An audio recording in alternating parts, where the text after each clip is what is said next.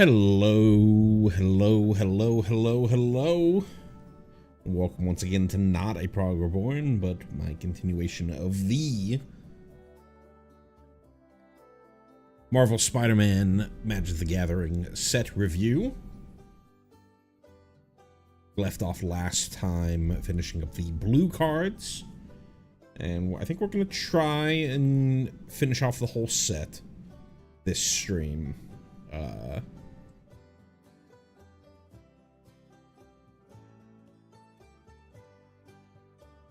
Ended up not feeling too well yesterday, so I said on the Sunday stream that I was going to come back in and do the rest yesterday, but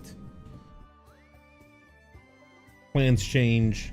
Not doing this for a living, just doing this for fun, so we're going to go for it today to try and finish it off, and we'll see if we can get that far.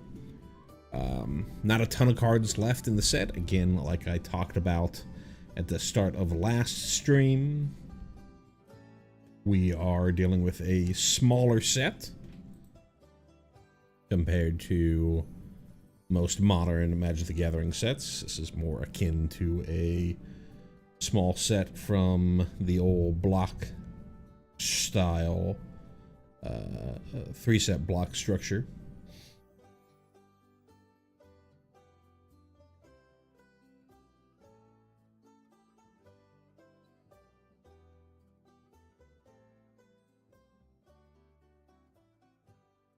If you want all my preamble about who I am and my credentials on something like this, you can go check out the previous stream.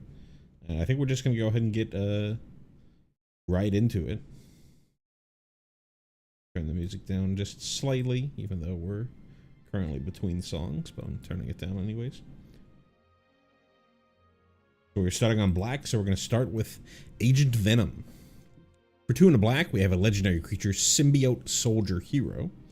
At rare, it's a 2/3 with Flash, Menace, and whenever another non-token creature you control dies, you draw a card and lose 1 life. Midnight Reaper exists in current standard.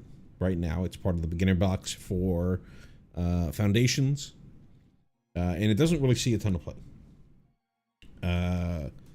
At this mana value, if you're looking for card draw, you're mostly going for either Sephiroth, because it's got a little more, play. It's a Blood Artist effect. There's more going for it. And if you just want raw card draw, you're probably playing on Holy Annex in black. I could see Agent Venom in a more aggressive black or Orzhov deck.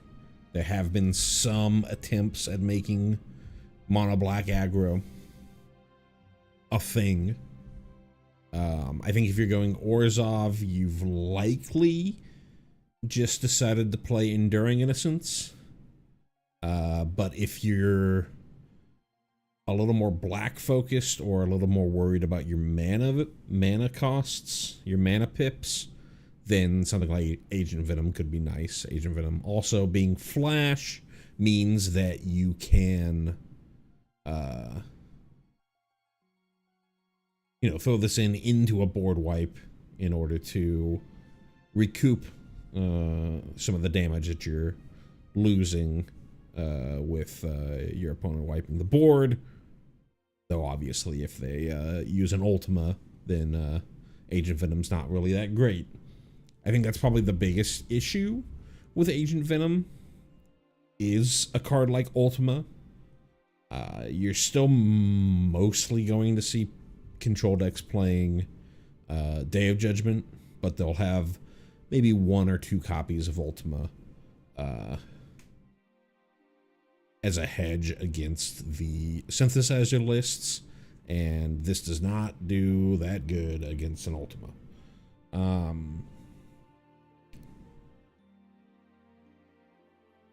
There's also an argument about this in something like a Dimir midrange, They don't have a ton of 3-drops. This having Flash and Menace means that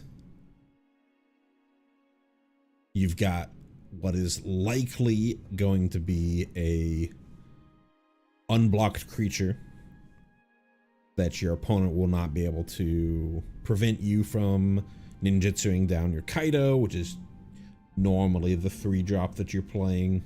Right now, some versions are playing like I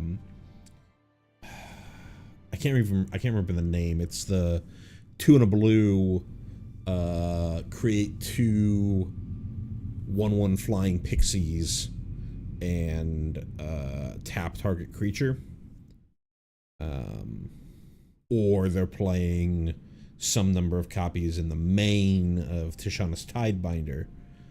Something like Agent Venom seems like an okay option. I guess you have some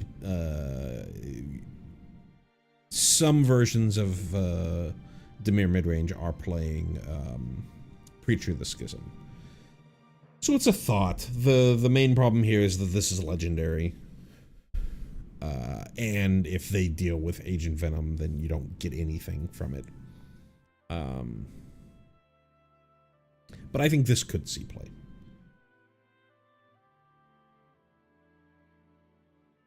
Alien Symbiosis is our next up. For 1 on the black, we have an enchantment aura at uncommon. It's enchants a creature, and then enchanted creature gets +1/+1, has menace, and is a symbiote in addition to its other types. And you may cast this card from your graveyard by discarding a card in addition to paying its other costs.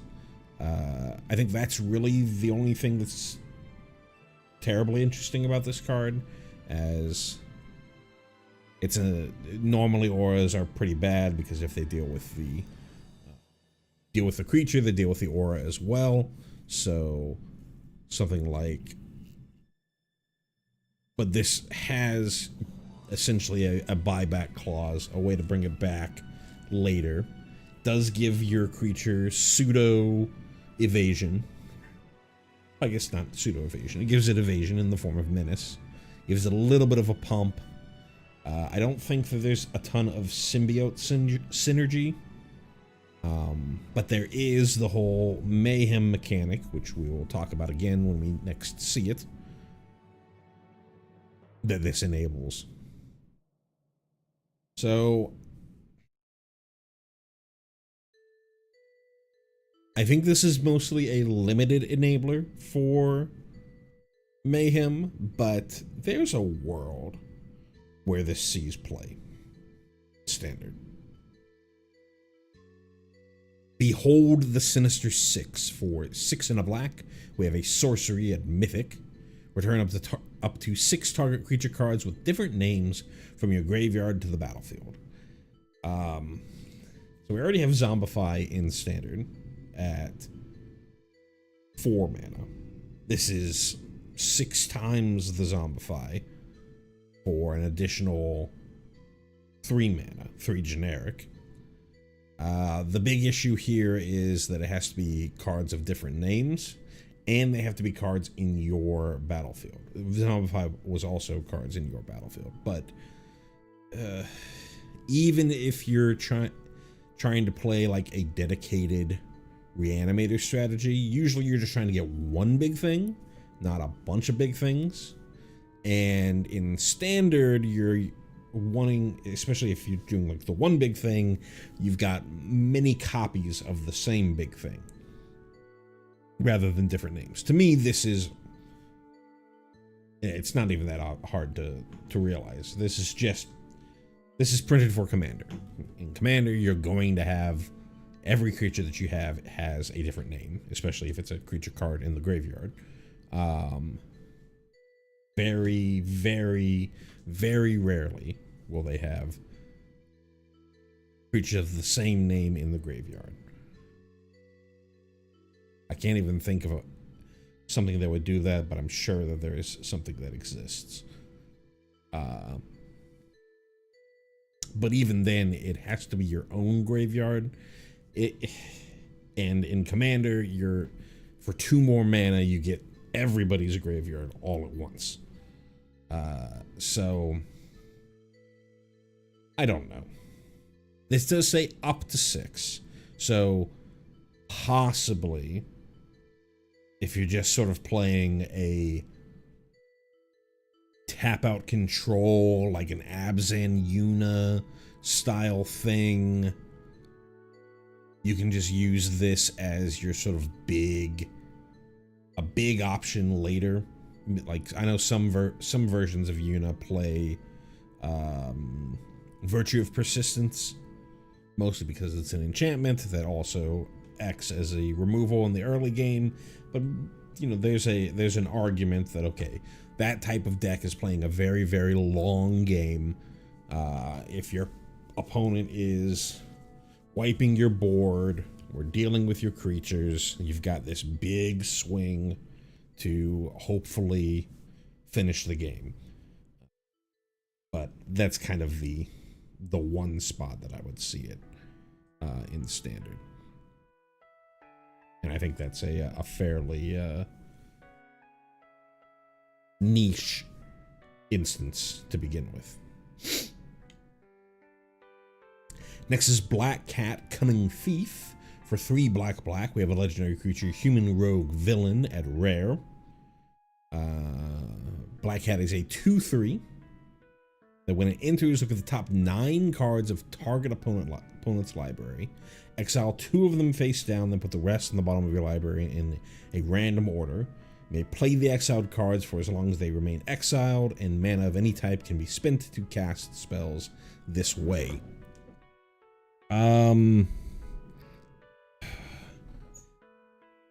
It's an interesting ETB. If you can flicker this, then you're essentially drawing 2 cards over and over and over every time it flickers, and it's 2 out of 9, so you're picking likely 2 good cards for the situation, but you are reliant on your opponent's deck. The other big thing here is it's 5 mana for a 2/3, a pretty weak body. Dies to your Braids, your Lightning Strikes, even your Torch the Towers if they bargained it.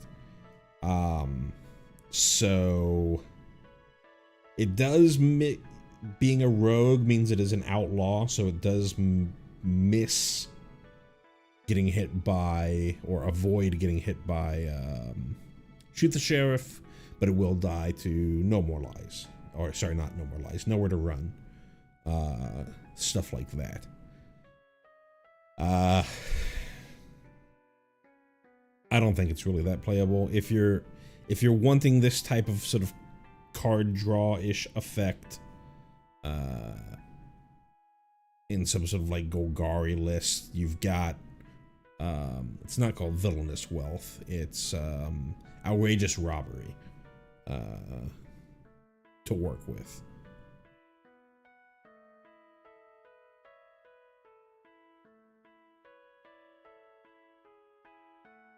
Next is Common Crook. For 1 and a black, we have a creature Human Rogue Villain at common.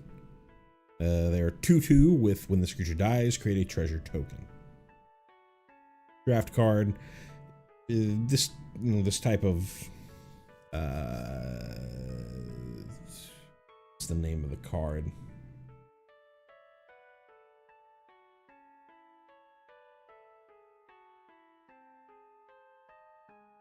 Yeah, I'm blanking on like all of them. There's the white one from Aether Drift. There's I think it's not called Haunted one. I can't. This type of aristocrat style creature where it has a dies trigger and creates something. There's plenty of stuff like that.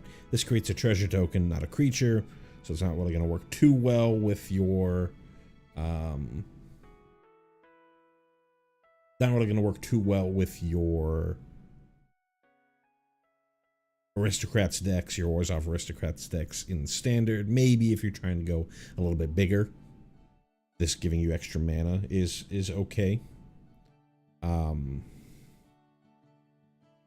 I kind of got sidetracked because I did want to talk about something overall to the set review. So between Sunday and now, on Monday, they did a full release of the Through the Omen Paths versions of these cards. I believe I mentioned it on the Sunday stream, but Through the Omen Paths, for whatever reason, they did not really reveal to us what happened, that you can kind of piece together some of the reason or potential reasons for how this happened, based off of interviews about the set and other things that have been said about the set, is that for Magic digital clients, namely official digital clients, namely Magic the Gathering Arena and Magic the Gathering Online, the deal that Wizards of the Coast made with Marvel did not extend to digital representations of these cards. So every card is getting a Through the Omen Paths, which is a reimagining of the card within the Magic universe, for those digital clients. So there are actually two different versions of the same card.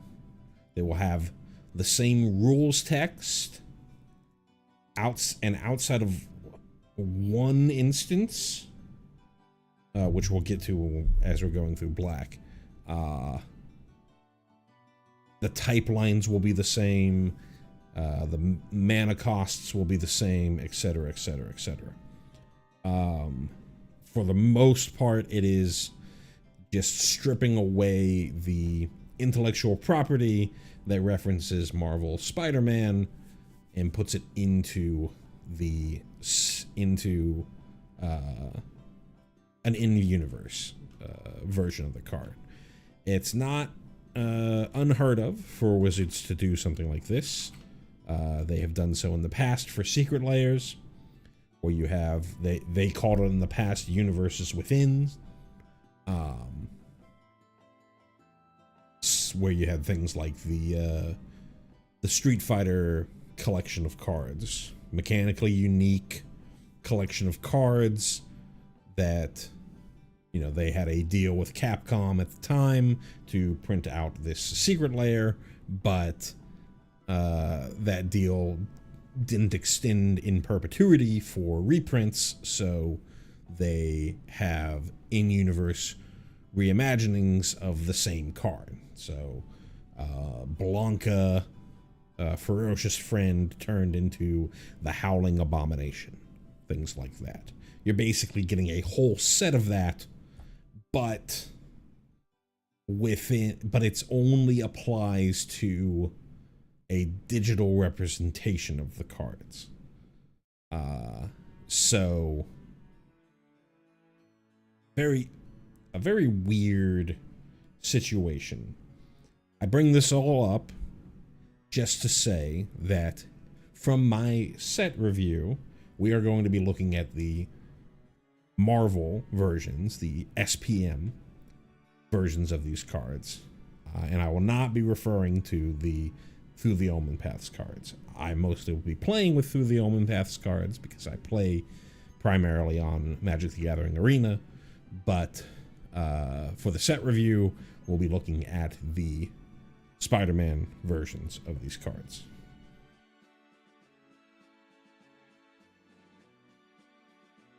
Next up, The Death of Gwen Stacy. For 2 and a black, we have a enchantment saga at rare. We've seen the blue and the white versions of the sagas in this set. This one, just like before, we have three chapters. Chapter 1, destroy target creature. Chapter 2, each player may discard a card. Each player who doesn't loses 3 life. In Chapter 3, exile any number of target players' graveyards. So 2 and a black for destroy target creature. a little bit better mana cost than murder, but sorcery speed, you're not really getting a ton out of that. Then forced discard. I shouldn't say forced discard. It's a Punisher mechanic of either discard a card or lose 3 life. That hits each player. So you could use this to enable your own mayhem synergies, or you could allow your opponent who doesn't have a way to discard their VV to put their VV in their graveyard. Granted, Chapter 3 says exile only number of target players' graveyards, so if you gave them that opportunity, they need to immediately have an Agatha's Soul Cauldron or something like that to, or a way to destroy this saga before it gets to Chapter 3 to keep that VV around. Overall, I don't think this is that great. There's a Sultai saga from Tarkir Dragonstorm. It's obviously harder to cast, but it destroys target non-land permanent for 3 mana. There's plenty of 3 mana removal throughout current standard, so I don't really know what you're gaining, how much you're really gaining off of these other 2 abilities with Death of Gwen Stacy. So don't really expect it to see a ton of play. Next up is Eddie Brock. For 2 and a black, we have a legendary creature, human hero villain. He is a 3/3 with, when he enters, return target creature card with mana value 1 or less from your graveyard to the battlefield. Then he has a transform for 3, a black, a red, and a green, so 6 total mana to transform him and activate only as a sorcery. So here's our black version of our modal dual face flip creature. You can play it as Eddie Brock, or you can play it as whatever the other side's going to be. We're just going to, as always, like to evaluate this stuff as we see it to start with. And 3 mana for a 3/3. Not the greatest stats in the world, but 3 mana for a 3/3. Reanimate. Sure, it's only a 1 mana creature, but Cecil is in black. You've got things like Spyglass Siren. There's the Forsaken Miner. There's a number of things. There's all those things that you're reanimating with, or that you're killing off with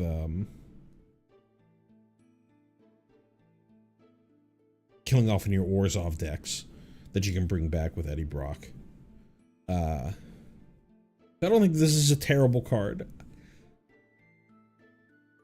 I'd really have to go through all of the 1 mana creatures. The biggest one is Cecil. So I could see Eddie Brock being a sideboard option in an aggressive black deck.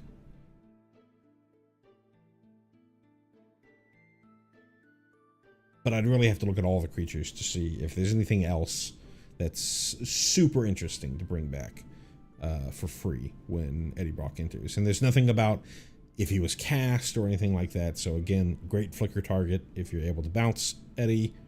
You can bring back more and more things. So keep that in mind. And then the other side, we have Venom Lethal Protector for that same transform cost. 3, a black, a red, and a green. We have a legendary creature, Symbiote Hero Villain. It's a 5/5 Menace Trample Haste. 6 mana for a 5/5 haster with 2 types of evasion. You're almost never going to be able to block this, because already has Menace, so you're going to have to put 2 things in front of it. And even if you do put the 2 things in front of it, you're unless the two things that you're putting in front of it have more than 5 toughness, you're still going to get hit. So you're really disincentivized from attempting to block Venom here.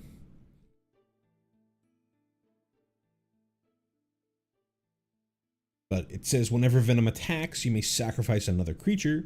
If you do, draw X cards, then you may put a permanent card with mana value X or less from your hand onto the battlefield, where X is the sacrificed creature's mana value.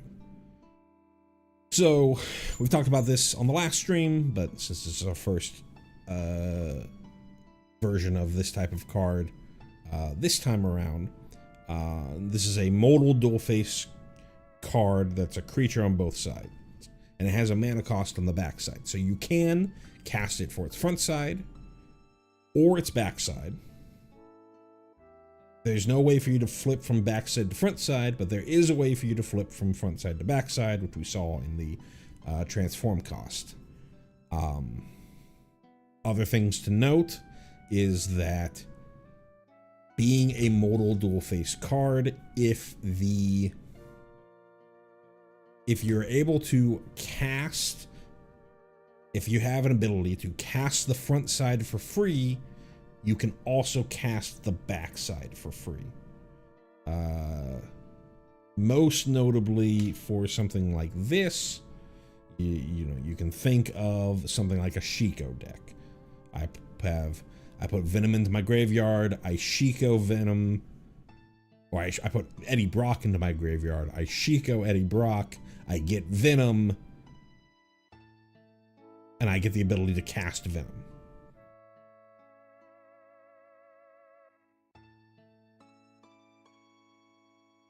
And then Venom is Menace, Trample, Haste. I can attack. Hey, maybe I sacrifice the Shiko, draw 5 cards, and put another Shiko onto the battlefield, or put something else onto the battlefield. I feel like being able to, that type of cheating is really where you're going to get the most value from all of these cards, but especially Venom, because while I think the front side's okay, I don't really think that you're ever going to get enough value from the backside to feel like the backside is worth just putting into your deck.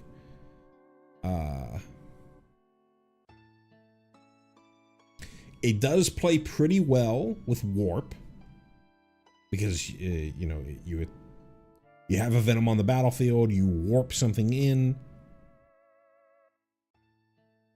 That thing's actual mana value is its actual, mana cost, not the warp cost. So you can sacrifice that thing, get a lot more than worth of cards than you actually paid for it to put it onto the battlefield, and go from there. So there might be some shenanigans going on with something like that. I do believe that, so there's a card Tanook from Edge of Eternities that allows you to warp any red card for 2 and a red. I do not believe that Venom as it exists in your hand is red, because it exists in your hand as Eddie Brock. I'm not 100% on that. So when we get to the being able to play this card in Arena, that'll be something I'd like to be able to see. But I don't think that things that would allow you to cast, like a red card for free would allow you to be able to do it, because I think it would check specifically the front side's characteristics. All in all, I think of the flip cards that we've seen, this is probably the weakest. Peter Parker, I think, is pretty good in your cage decks. Norman Osborn, I think, is kind of broken especially on the Green Goblin side. And then Venom is just okay.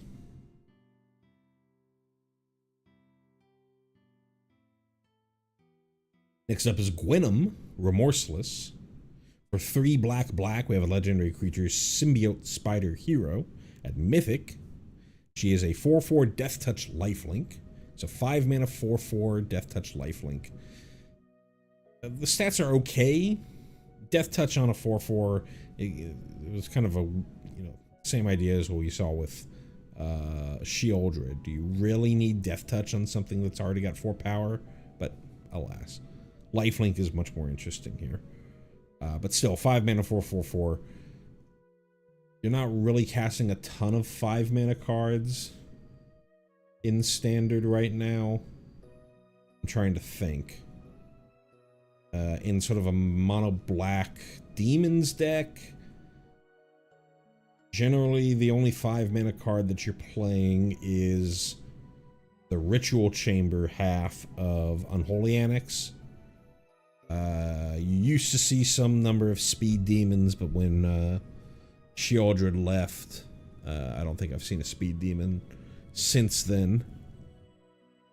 And then any other 5 mana, you've got things like Shiko and whatnot. But in black, I think it's just the 6/6 flying demon token that you get from Ritual Chamber.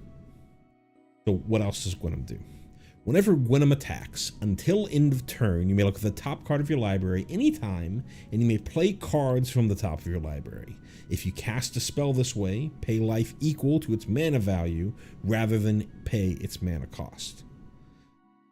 So this is essentially the text of a card called Bolas' Citadel.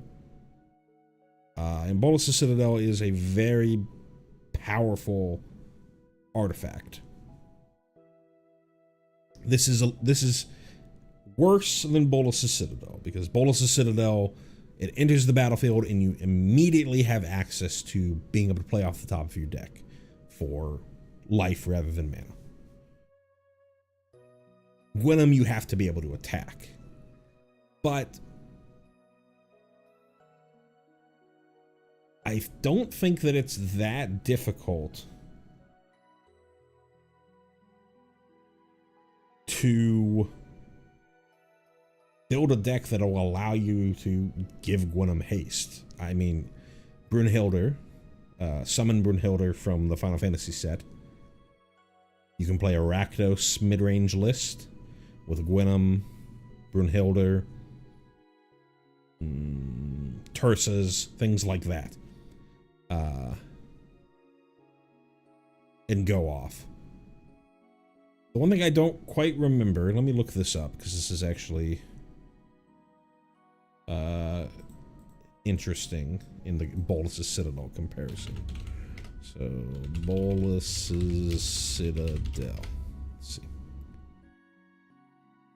Okay, it is written in the same way. I couldn't remember if Bolas' Citadel just said any spell that you cast was free while Bolas' Citadel was out, but no, it's the same way. Anything that's on the top of your deck, you can cast for life rather than mana.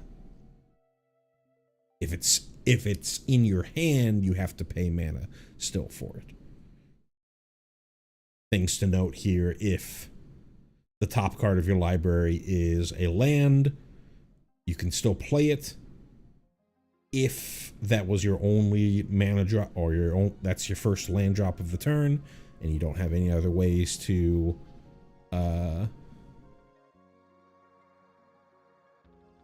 allow you to play additional lands on a turn.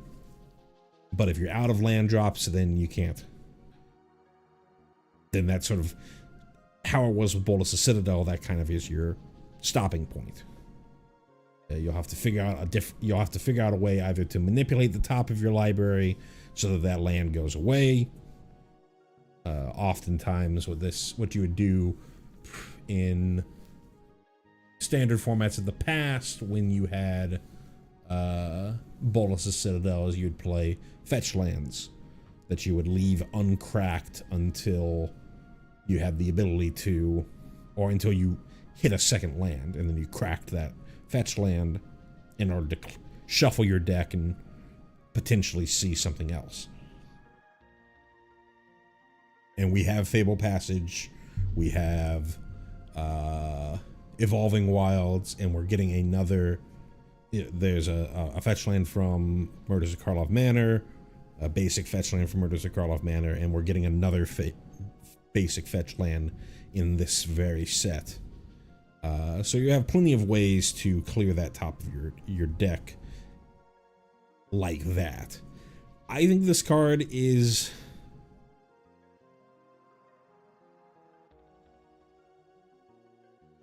I don't think that this card is like busted, but I don't think that this card is unplayable.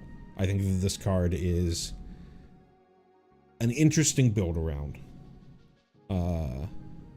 If you can make some sort of Rakdos haste deck, and I don't think that that's that unreasonable. One thing I forgot to mention, I was thinking about mentioning this, or I was thinking about this when I was reading it. Once you attack with Gwenum, if Gwenum dies in combat, it doesn't matter, because the way that the trigger is written is it's Gwenum attacks, trigger, that trigger resolves, and you get sort of this emblem or aura or continuous effect that lasts until the end of your turn that allows you to play off the top of your deck for life rather than mana. So if you attack and Gwenum dies in combat, or your opponent stupidly lets you attack, or maybe they have just like a ride's end, and you know, only after you attack do they have enough mana to actually be able to cast it, stuff like that. Then regardless of whether Gwenum is still around or not, you still have until you say, all right, I'm done with my turn, you have the ability to play off the top of your deck. So I think that this is pretty powerful of an effect. I think it'll be interesting to try and build a deck to maximize it,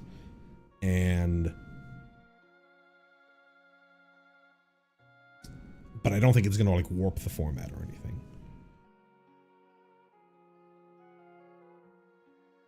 Next up, Inner Demons Gangsters. For 3 and a black, we have a creature human rogue villain at common. It's a 3/4 with discard a card. This creature gets +1/+0 and gains menace until end of turn. Activate only as a sorcery. So Monument to Endurance decks lost a ton with the rotation of Guardian of New Benalia. And this doesn't help it enough. You do have a free repeatable discard outlet, but it can only be done at sorcery speed, so you can't do it on your opponent's turn. And part of the power of Monument to Endurance, the combo of Monument to Endurance and Guardian of New Benalia, was you exhaust your discards, you exhaust the abilities of Monument to Endurance on your turn, then you go to your opponent's turn and you regain it, and if you have instant speed discard, then you can exhaust that, you can trigger all that stuff again and then move back to your turn. This being sorcery speed, I believe there's other sorcery speed discard outlets already in standard, so not really going to revive an archetype. And even then, 4 mana to get access to that, whereas Guardian of New Benalia was 2 mana. This is a limited mayhem enabler, and that's about it. Merciless Enforcers. For 1 and a black, we have a creature human mercenary villain at common. They are a 2/1 with lifelink, and for 3 and a black, this creature deals 1 damage to each opponent. Note that it is this creature dealing the damage, and because it has lifelink, that is in actuality deal 1 damage, you gain 1 life. If you're in some sort of two-headed giant, or for whatever reason you decide to put this into your commander deck, you would gain a life for each opponent that you hit with Merciless Enforcers. This is a limited card that has shown up 1,000 times in limited sets, and depending on how fast or slow the format is, this type of effect can be extremely good or too slow. I think that this feels like a pretty good version of this effect. Only 4 mana to start pinging down your opponent, and having lifelink, and only being 2 mana itself, and being a 2/1 lifelink, and not having to tap. This feels like a pretty good limited card, but it's been a while since I've done limited, so I could be out of my realm. Next up is Morlun, Devourer of Spiders. For X black, we have a legendary creature, Vampire Villain at rare. He's a 2/1 with lifelink. Enters with X +1/+1 counters on him, and enters, deals X damage to target opponent. So same thing, it's dealing damage and you gaining that life, because Morlun's the one who's dealing the damage, and he has lifelink. Worst case scenario, X equals 0. You can just play it as a black for a 2/1 lifelinker. But that's pretty weak. For 3 mana, you get a 3/2 lifelinker that drains your opponent for 1. Okay. I don't really feel like that at any rate this card is that great in standard. I think really this is a... I don't know enough about... Let me look at... There's a card called Maga Traded Immortals. Maga Traitor. Yeah, Maga Traded Immortals.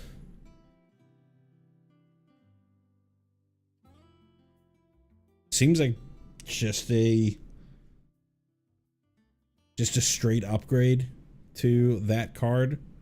So if you were playing a Maga deck, you have a likely better commander for something like that. You know, you're playing Cabal Coffers and Nykthoses and stuff like that, and you're just trying to kill off your opponent, kill off a opponent or as many opponents as possible with the ETB and dumping a ton of mana into this.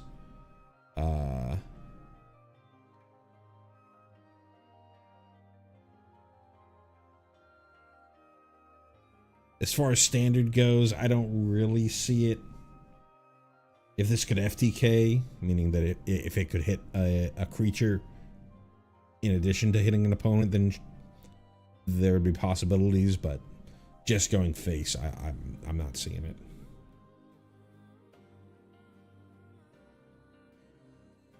Next up is Parker Luck. For 2 and a black, we have an enchantment at rare. It says at the beginning of your end step, 2 target players each reveal the top card of their library. They each lose life equal to the mana value of the card revealed by the other player. Then they each put the card they revealed into their hand.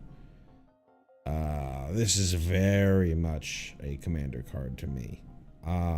So in 1v1, it's, hey, at the beginning, you spent 3 mana to say, at the beginning of your end step, draw your opponent a card.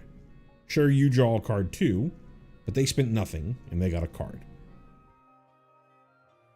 And you potentially got hit by whatever they had in their deck. And then you hit them.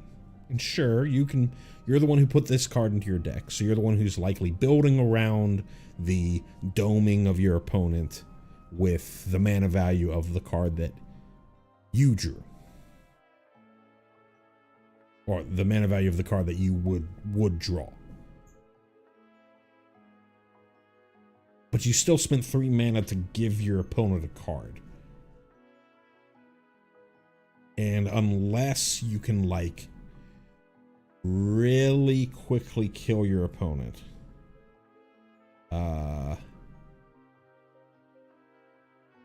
this is just killing you. So yeah, this is a commander card, some sort of group hug thing where because in commander you've got 4 different people, you can pick. It doesn't say you and an opponent, it says 2 target players, so you can pick 2 other people. You can be like, hey, who wants to draw cards? Y'all 2 draw some cards, by the way, hit each other. And then they don't want to come after you because, yeah, they're drawing cards, but they're taking damage. Maybe they feel like they become more and more of a threat while you're just sitting back there with this thing, giving other people cards, and then find a way to win. But it's commander nonsense.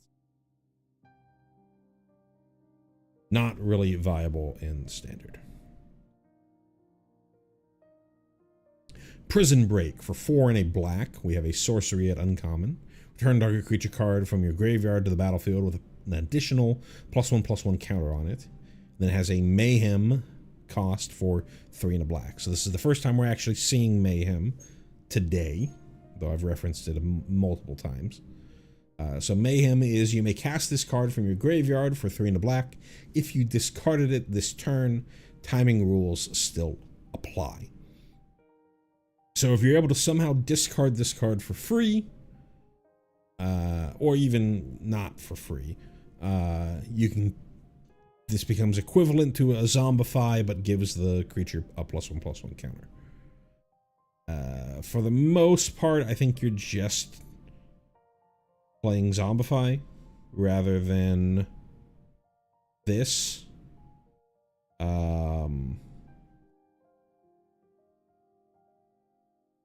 There are plenty of other 5 mana reanimates in standard right now. And there's even Ride of the Moth, I think that's what it's called. That's a 4 mana reanimate with just a harder casting cost that you don't have to jump through the hoop of having to find a way to discard this card. So I don't really see this seeing a ton of play outside of, very casual reanimator decks. Risky Research. For 2 and a black, we have a sorcery at common. Surveil 2, then draw 2, then lose 2. This is Read the Bones, but with Surveil. Read the Bones has been in the past a standard viable card.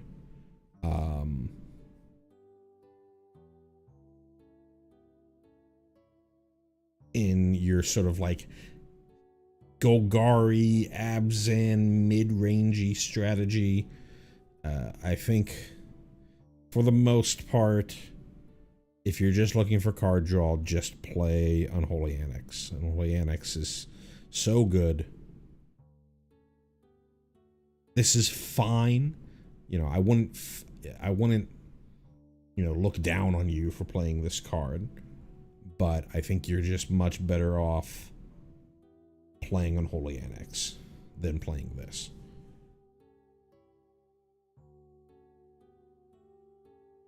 Sandman's Quicksand. For 1 black, we have a sorcery at uncommon. This has a Mayhem cost, and this is one of the few times where we have a Mayhem cost that is more expensive than its normal cost. Its Mayhem is 3 and a black. So a little easier to cast on the mana pips, but costs 1 more mana. And this is all creatures get -2/-2 until end of turn. If this spell's Mayhem cost was paid, creatures your opponents control get -2/-2 until end of turn instead. So this is a very typical card that they print in many sets. Your 3 mana black small creature sweeper. 1 black, all creatures get -2/-2. Here you have a slight upside of being able to make it a one-sided small creature wrath for a little bit more mana and more hoops to jump through. I don't see a ton of the small creature wrath seeing play in standard right now, because most threats end up being larger, having more than 2 toughness. You're not seeing a ton of like go wide strategies. So I don't really see this seeing a ton of play. And I don't think the one-sided, being able to do this as one-sided is enough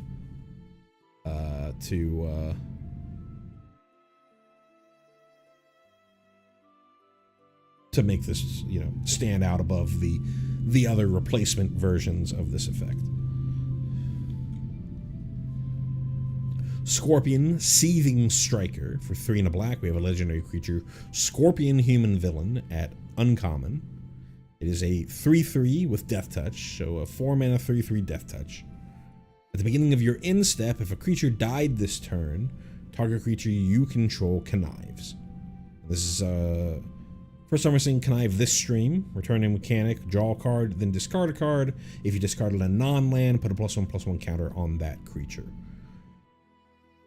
This is an uncommon signpost mayhem card. Not going to see any standard play. Scorpion Sting. For 1 on a black, we have an instant at common. Target creature gets -3/-3 until end of turn. Nowhere to run, exists in standard right now. It has flash, it has upside. Like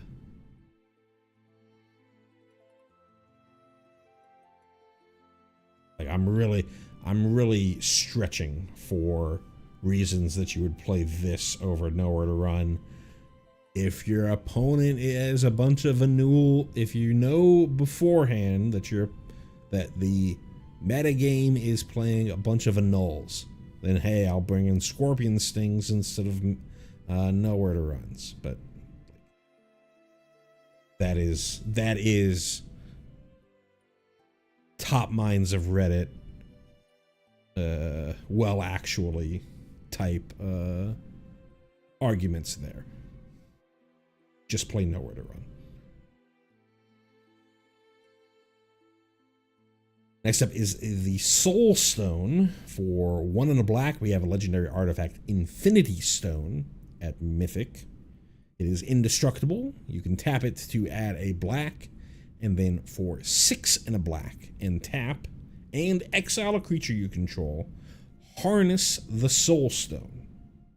So this is the first time we've seen this ability in either stream. So all harnessing does is it's kind of like Monstrosity. It just says, I harness the Soul Stone, so this Soul Stone is harnessed. So, and what that means is that its infinity ability, that sideways figure 8 ability, becomes active. Unless you harness a Soul Stone, unless the Soul Stone has been harnessed, that infinity ability doesn't actually happen. So what is the infinity ability? At the beginning of your end step, return target creature card from your graveyard to the battlefield. So this is the one card that does have a different type line compared to its when you're comparing the Through the Omen Paths one versus this one. The Through the Omen Paths card is called the Terminus of Return, and its type line is Legendary Artifact Terminus Stone instead of Infinity Stone. I guess they Infinity Stone is probably copyright Marvel, and so they didn't want to get into legal arguments, so they just switched it to Terminus Stone. As far as the card goes, you're in standard, you're almost certainly playing this as if you're playing this, you're almost certainly playing this as just a 2-mana mana rock. Which you don't see a ton of. There is the Iron Crag from Wilds of Eldraine, which is too generic for a mana rock that taps for colorless. Here you have a mana rock that taps for black, so that's nice that you tap for a single color. As far as the Infinity ability, it's the same effect. Well, it's actually even a weaker version of the effect of Virtue of Persistence from Wilds of Eldraine, but it is harder to accomplish. Virtue of Persistence, it's just 7 mana. I believe it's 7 mana. 7 mana to cast it, and then at the beginning of your upkeep, return target creature card from a graveyard to the battlefield. Here it's only your graveyard to the battlefield. But here you have to pay 2 mana to start with, and then you can't use the mana from the stone itself to pay for its activated ability, because you have to tap this. And you have to have a creature on the battlefield to exile. So you're going down a card, you're going down a creature. Obviously, if it's a token, then you're not going down a card, but 90% of the time you're going down a card in order to harness the Soul Stone, and then you don't even get access to its thing until your upkeep. And then this is indestructible, which is better than the Virtue Persistence, but there's things like Suplex. There's things like Exercise that exile artifacts. So just the fact that this is indestructible doesn't mean that this is, untouchable by your opponent. I think from a standard perspective, you just need to ignore everything in the text box outside of the fact that this is a 2-mana mana rock. And if you want to play some sort of big black or big Golgari or big something, try to get to Ugin, try to get to a big outrageous robbery, something like that, that's what you're playing this for.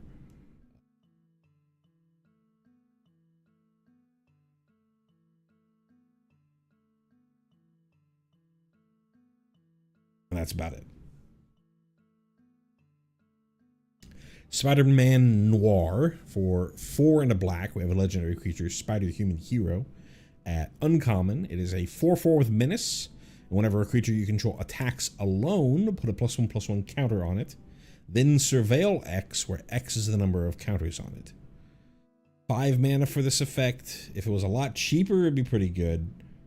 But 5 mana is way too expensive. The Spots Portal for 2 and a black. We have an instant at uncommon. Put target creature card on the bottom of its owner's library. You lose 2 life unless you control a villain.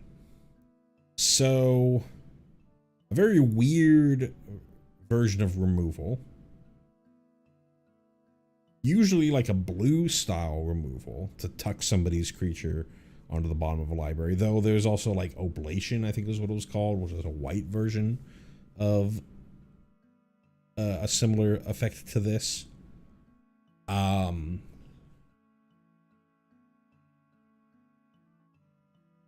It does get around like indestructibility, but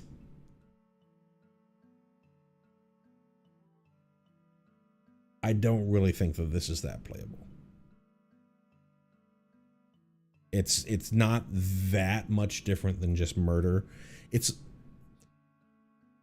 The upside is that it does, compared to murder, is that it does not put the creature into the graveyard. So if you're playing against, if you're shooting Vivi, You don't have to worry about your opponent going, okay, untap, Agatha's Soul Cauldron, eat my VV, give a +1/+1 counter to one of my creatures, and go off.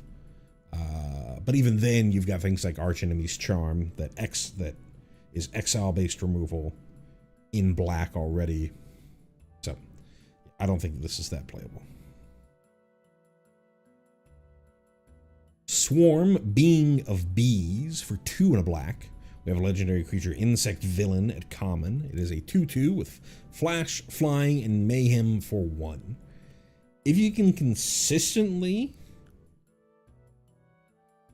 get the Mayhem of something like this, a 1-mana 2/2 Flash, Flying is pretty good. But that would have to be like on turn 1. Because you really want to aggro this out.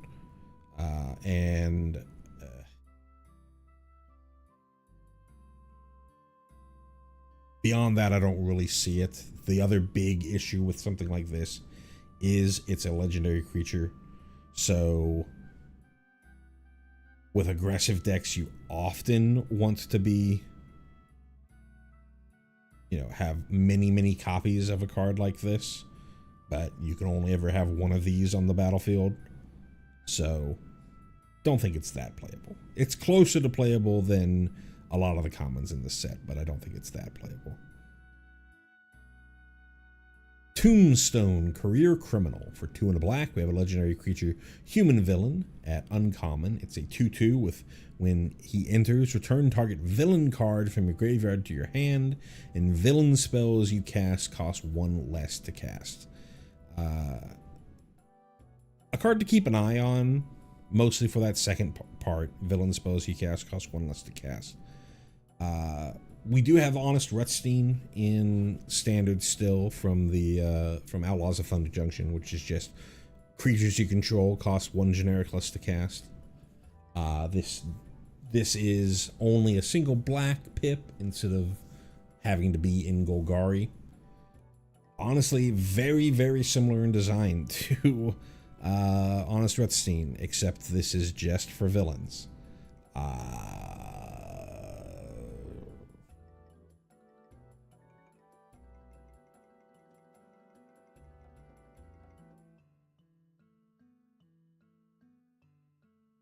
When I first saw this card, I forgot that Honest Rutstein exists, and now that I remember that Honest Rutstein exists, this is just literally Honest Rutstein. Enter the battlefield, return target creature card from your graveyard to your hand. Creature spells cost 1 less to cast. This is just easier to cast, but only deals with villains.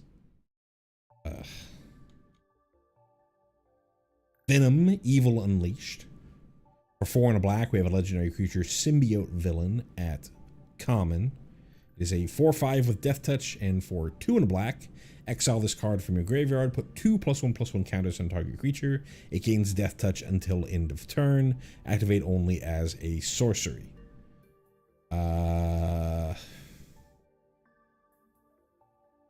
In standard, you're never going to play this as... If you're ever going to play this card, you're not going to put it into your deck because of it being a 5-mana 4/5 Death Touch. You would play it for the pseudo-renew ability of exiling it from your graveyard, but even then, no. Not viable. Not playable. Venomized Cat for 2 and a black. We have a creature, Symbiote Cat Villain, at common. It is a 2/3 with Death Touch, and when it enters, mill 2 cards. Not really playable. It's also just very weird. It's a villain, so you would think that it would be enabling your Mayhem stuff. And it's in the colors of Mayhem, but this is Mill, which doesn't trigger Mayhem. Weird card. More Venom stuff. Venom's Hunger for 4 and a black. We have a sorcery at common. Costs 2 less to cast if you control a villain, so it would be 2 and a black, so 3 total mana if you control a villain. Destroy target creature, you gain 2 life. Unplayable. Villainous Wrath. For 3 black, we have a sorcery at rare. Target opponent loses life equal to the number of creatures they control, then destroy all creatures. As far as standard goes, you are almost certainly playing Deadly Cover-Up instead of Villainous Wrath. Or ahead of Villainous Wrath. If for whatever reason you feel like you need 5 copies of a 5-mana Wrath, this is not a bad option. You have this, you have Blasphemous Edict, and then you have Deadly Cover-Up. Anything beyond that in black, you're gonna have to go to like Singularity, whatever, Singularity Rupture, things like that. And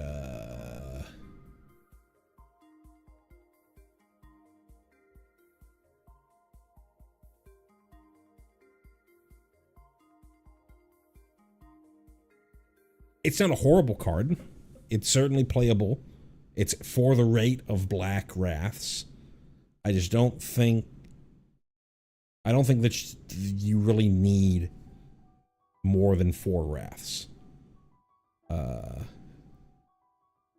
in your sort of black-based control deck. You already have a ton of 1-for-1 removal, and most black-based control decks currently are playing that Singularity Rupture because they're doing the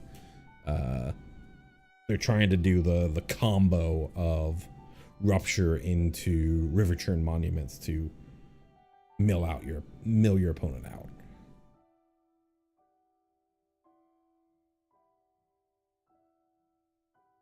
So we're done with the black, and just thinking back, I can't really think of that many great black cards. I thought Agent Venom was okay. Villainous Wrath, what we just saw, was fine. The Soulstone, fine. Eddie Brock, fine. But I can't think of a ton, even after just looking at them in black.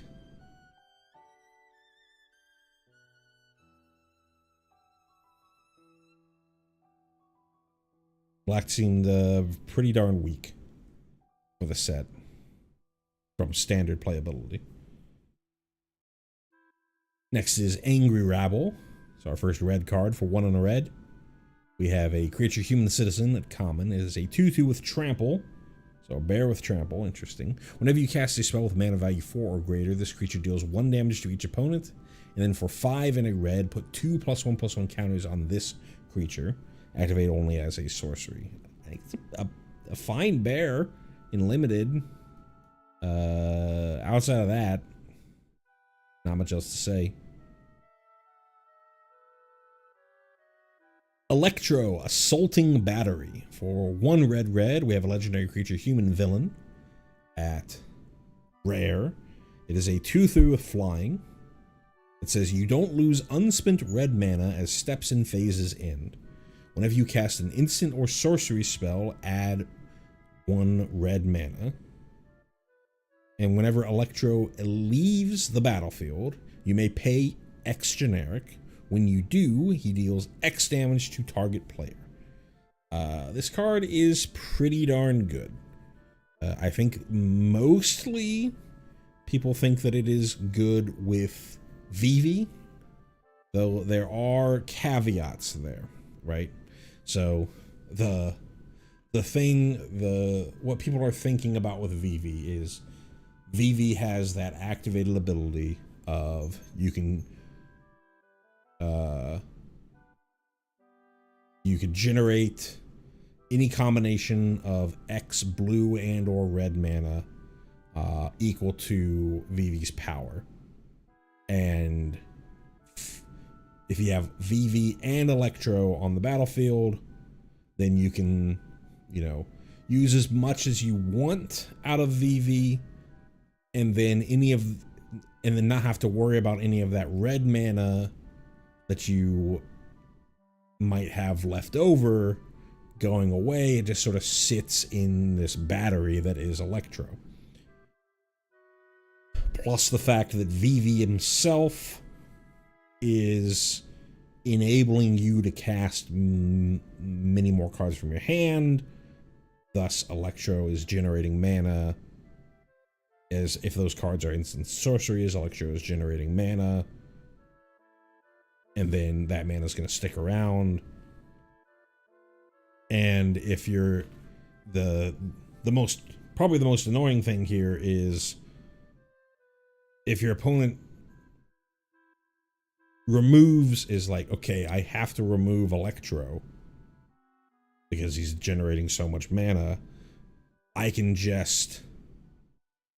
I'll still have, even though Electro left, I'll still have that mana that was in my pool available until we move to the next phase or step, which means I'll have that mana available to dump as much of it, possibly all of it, into the X cost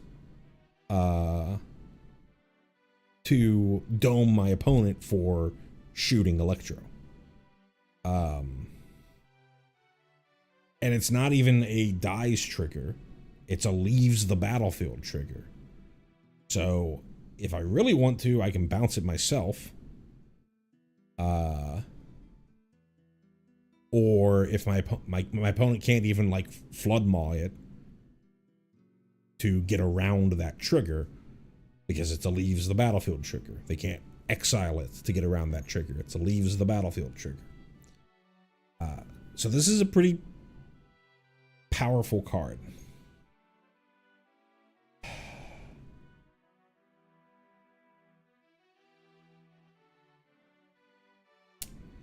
I feel like the existing VV Cauldron lists are so tight already that where are you going to put this in VV Cauldron? Are you going to replace Tersa? Are you going to replace Steam Core Scholar? Both of those have a much more synergy with the rest of the deck in that they allow you to discard VVs from your hand so that you can Agatha Soul Cauldron them. Being a discard outlet triggers your Marauding Makos, and being draw outlets trigger your Prophetic Memories. So I don't know if Electro shows up in the VV Cauldron lists.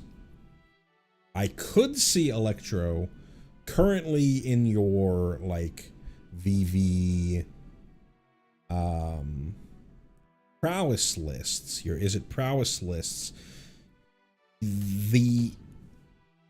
You're kind of playing a very small number of actual creatures. You're playing a very small number of actual threats. You're just playing Storm Chaser's Talents, VVs, and currently you're playing Astrologian's Planispheres. I could see an argument to play Electro in those lists, because those lists you're playing many more instants and sorceries, whereas your Cauldron lists, you're not actually playing a ton of instants and sorceries. You're playing like Winter Night Stories, you're playing Into the Flood Maws, and you're playing Torch the Towers, stuff like that. But you're not playing Opts and Sleight of Hands and, you know, little cantripy effects.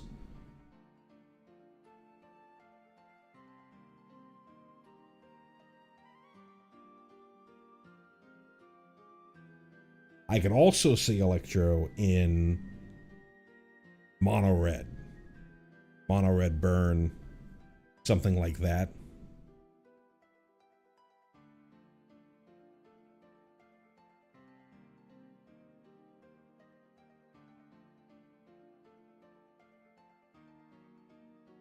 If we had Monastery Swiftspear still in standard, they absolutely go off. I could see Electro being pretty darn good in like an Is It Prowess list in Pioneer with your Corey Steel Cutters, your Monastery Swift Spears, stuff like that. I'm not sure that he is incredibly busted. I think that Vivi is busted. I think that Agatha's Soul Cauldron plus Vivi is busted. And I don't really know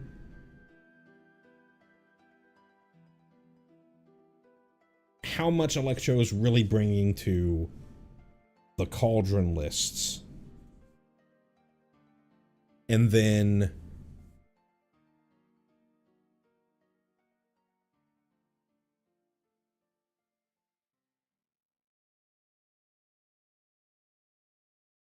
the fact that Electro generates red is also problematic because the prowess lists are mostly relying on blue. We'll see a card later where generating red is actually very good.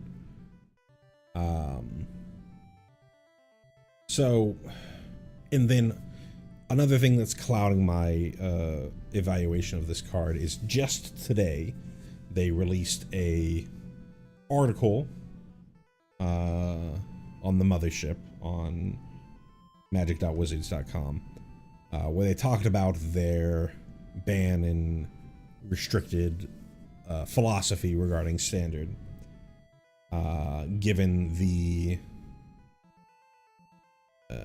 overall feelings about standard with the prevalence of VV based decks. Is it VV decks in standard? And they pretty much said that the next scheduled ban and restricted announcement, they are going to ban VV.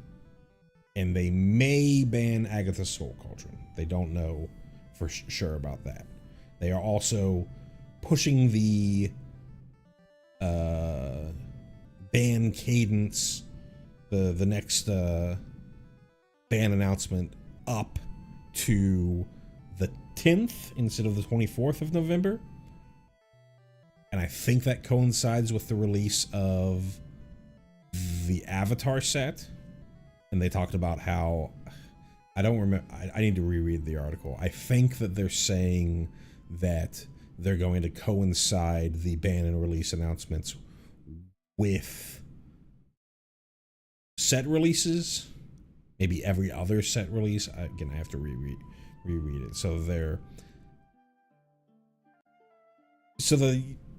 You don't have these sort of lame duck feeling formats like I feel like we're gonna get with this. I feel like we're gonna get with this Spider-Man set, where everyone just knows that VV or things that directly counter VV, built specifically to counter VV, are the only things that you can really do in the format.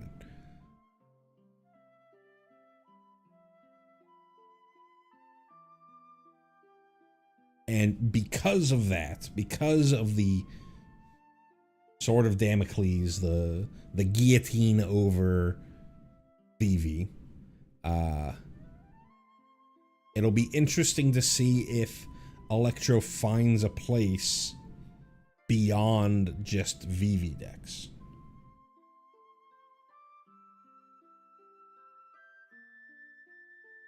I think it's a very, very powerful card. To me, it's a wait and see. When I'm done with this review stuff, I'm gonna start brewing decks for standard based off of Spider-Man stuff, and I'll want to see if I feel like that there's a way that you can just play Electro without VV and feel like you're doing super powerful things, and you're not just like, well, why don't I just play Screaming Nemesis? Why don't I just play Nova Hellkite? So, That's a wait and see. Very powerful card, though. Electro's Bolt for two and a red. We have a sorcery at common. 4 damage to target creature and has a mayhem of 1 and a red. Sorcery speed, 2 for 4. You already have 2 for 5. Restricted to non-flyers, but without having to go through mayhem hoops, this is a limited card. Gwen Stacy. For 1 and a red, we have a legendary creature, human, performer, hero, at Mythic. She is a 2/1 with, when she enters, exile the top card of your library. You may play that card for as long as you control this creature. And then for 2, a blue, a red, and a white, you can transform Gwen Stacy. Activate only as a sorcery. So this is our red MDFC, red flip creature. Let's think about it on the front side. A 2-mana 2/1 that draws a card that you have access to as long as you can, as long as pseudo draws a card. An impulse draws a card that you have access to for as long as you control Gwen Stacy. That's pretty similar to a card that already exists in the standard in Brunhilde. Brunhilde enters the battlefield, you exile that card, and you can play it on your turn for as long as you control this creature. Here, if the thing that you exiled was an instant, you'd be able to play that card at instant speed, whereas Brunhilde, I think it's for any time that you added a lore counter to Brunhilde for that turn, you have access to it, which essentially means you only have access to it at sorcery speed, or on your turn, I guess.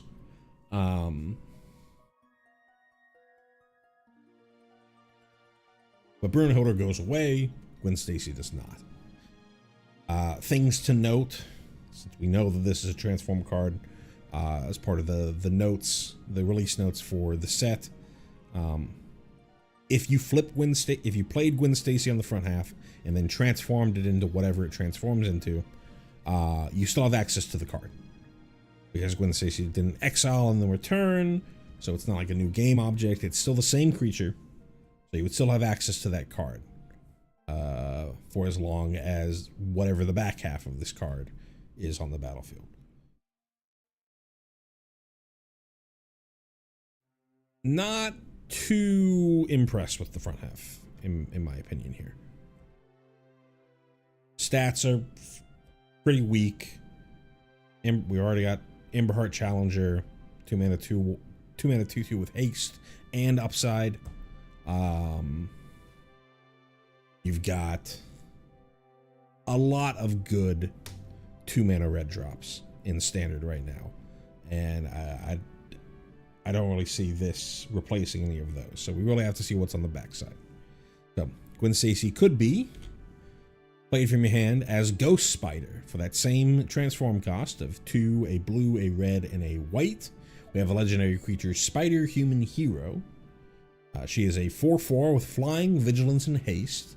And whenever you play a land from exile or cast a spell from exile, put a +1/+1 counter on Ghost Spider. And then you can remove 2 counters from Ghost Spider. Exile the top card of your library. You may play that card this turn. So, very temporary impulse draw. Only have access to it on the turn that you exiled it, as opposed to until the end of your next turn, which a lot of these impulse draws do these days. 5 mana for 4/4 flying, vigilance, haste. That exact same mana cost is the same mana cost as Shiko, which is a 4/5 flying vigilance but no haste.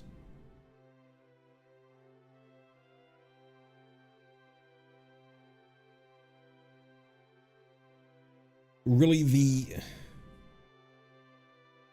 the thing that you'd want to be doing here is casting stuff from exile, playing stuff from exile.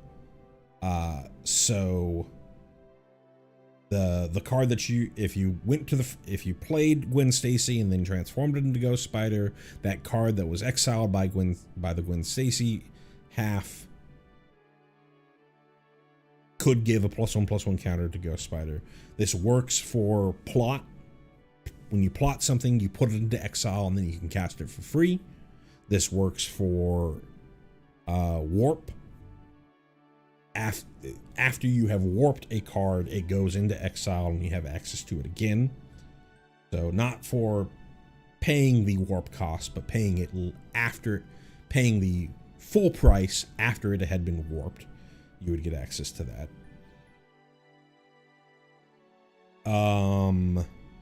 Adventure. It works for adventure. After you have played the adventure part of the card, then playing the other half of the card from exile would count for here.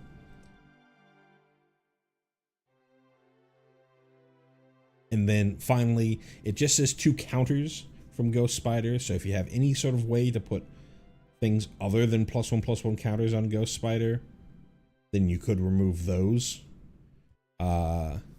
Interestingly enough, if your opponent is attempting to, like, if your opponent tries to Kaido Kaido minus a Ghost Spider, you can just remove those stun counters with Ghost Spider's activated ability.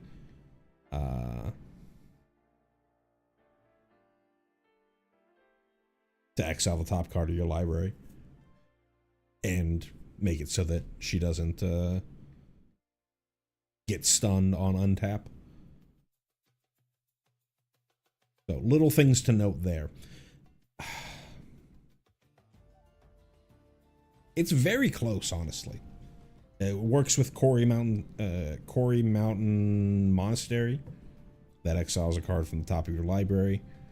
I think it's very close to, you know, do I want to play a Jeskai control list with Shiko? Or maybe I want to play more of a mid-rangey list with both Ghost Spider and Shiko. A lot of 5-mana legendaries, maybe you're going a little too hard on that end. But she does work with Shiko as well, because Shiko exiles a card with a mana value 3 or less from your graveyard, and then you cast a copy. So that would be I believe that's casting it from exile. I think they even mentioned that specifically in the release notes. So there's a lot to like on this backside. Be interesting to build around. I think the backside here is pretty powerful. It's not as powerful as Green Goblin, and the front side is not that good at all, in my opinion. So I think if we're ranking the cards, I think it's Peter Parker first, Norman Osborn second, Gwen Stacy third, Eddie Brock fourth, and then we'll see what our green card is when we get there. But keep this one in mind. If you're a Jeskai control enjoyer, or a Jeskai mid-range enjoyer. Heroes' Hangout. For a single red, we have a sorcery at uncommon. It says choose one. You can either exile the top 2 cards of your library, choose one of them. Until the end of your next turn, you may play that card. Or 1 or 2 target creatures each get +1/+0 and gain first strike until end of turn. Might be the best card in the set.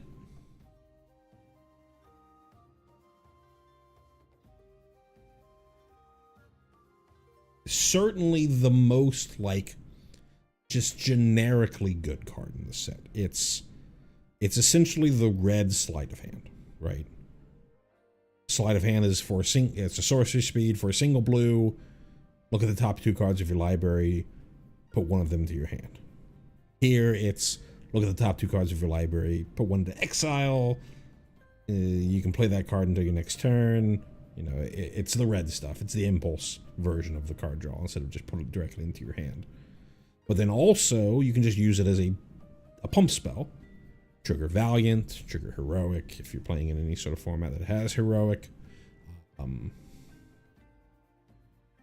Gives it First Strike. It is Sorcery Speed, so First Strike and Sorcery Speed, that's not, like, insane or anything, but, you know, it's a prowess trigger. And this is the card that I was thinking about when I was thinking about Electro, for cards that, you know, cantrips in red that you can storm off with Electro. Just a very, very good card. Going almost certainly going to see play in older formats, and should see play in Standard.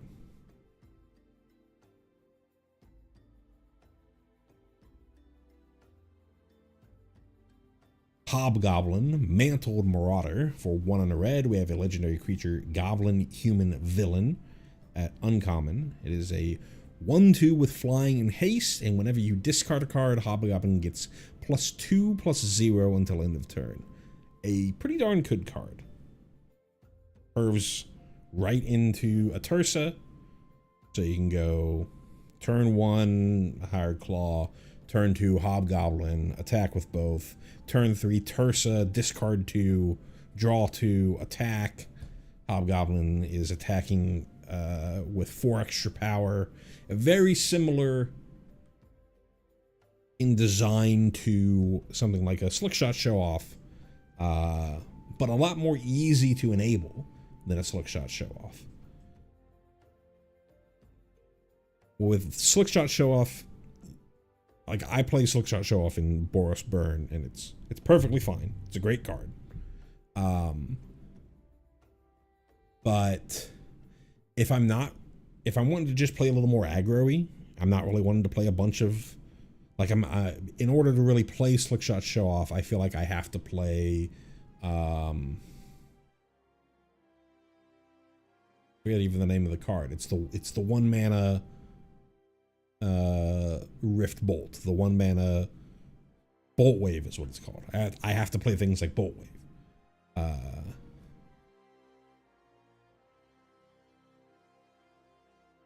Or I feel like I have to play some number of shocks in order to make it so that I have enough cheap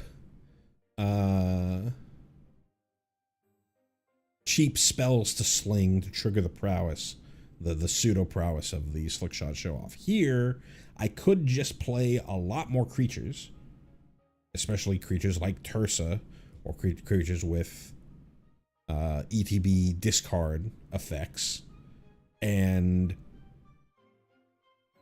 much more easily just churn through my deck and still have a powerful swinger. Often I feel like in the Boros Burn deck, I sometimes feel like I'm like, you can do the whole plot thing with Slickshot Show Off so that you have access to more mana on the turn that you actually put the Slickshot Show Off into play, but you're giving the game away. But I feel like if I just play Slickshot Show Off on 2, I'm not getting enough value out of the card, but I am revealing the fact that my opponent really should hold up mana, so that they don't get domed for a ton. So just, if I don't have any other turn 2 play, it's just, hopefully I had something on turn 1 that I can attack with and then plot the Slickshot Show Off. Which with Hobgoblin, I could just, I don't have any plot to go with. I just play it. I just put it as part of my curve, get the 1 damage in at least, and then hopefully go on from there. I think this card's great.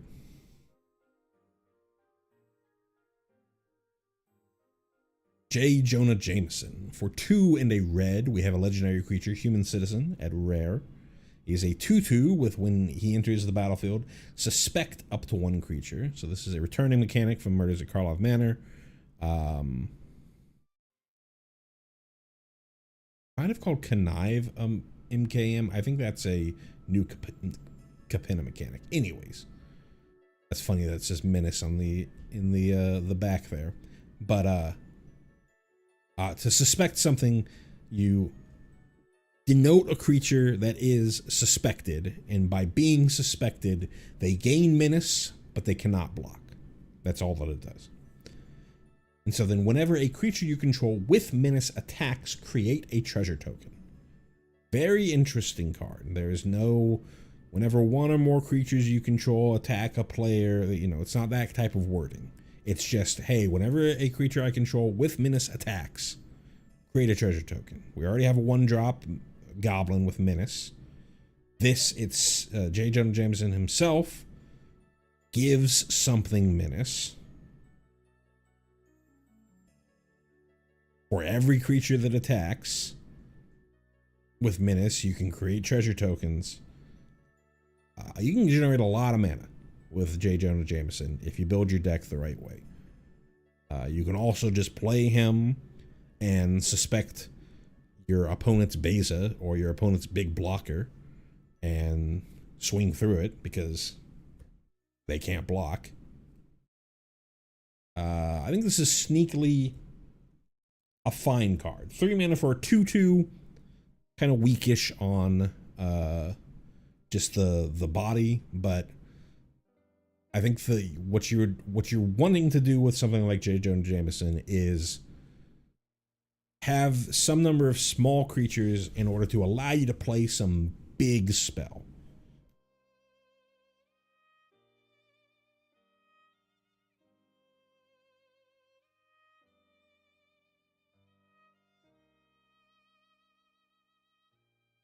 Another card I'm definitely going to try and brew around. Masked Meower. For a single red, we have a creature spider cat hero at common. It's a 1/1 with haste that has an activated ability of discard a card, sacrifice this creature, draw a card. This is a card that has seen play in Modern in the past called Insolent Neonate, except this has haste.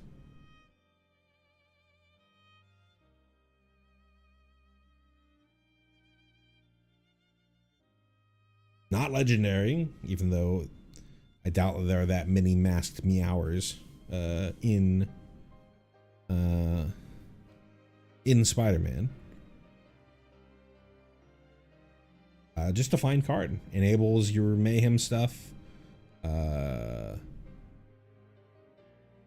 know, back in the day, enabled Hollow One. This just being a 1-mana 1/1 with haste, you can at least get in. It doesn't require tapping to activate, so you can cash it in whenever to discard something and have it be able to play it for mayhem or whatever you need to do. Perfectly fine role player. We'll see play. Next is Maximum Carnage. For 4 and a red, we get our Enchantment Saga at rare in red. Again, 3 chapters. Chapter 1, until your next turn, each creature attacks each combat if able, and attacks a player other than you if able.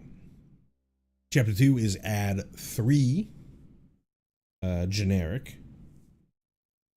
And then chapter 3, this saga deals 5 damage to each opponent.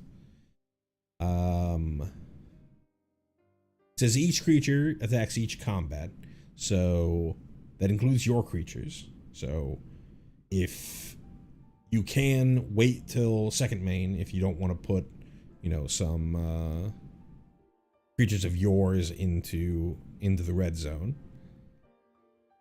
In a 1v1 game,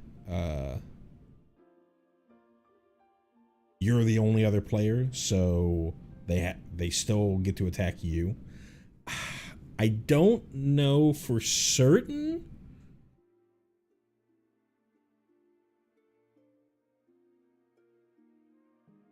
They talk about this in the release notes, but I can't remember. The wording was weird, so I can't remember how this plays out.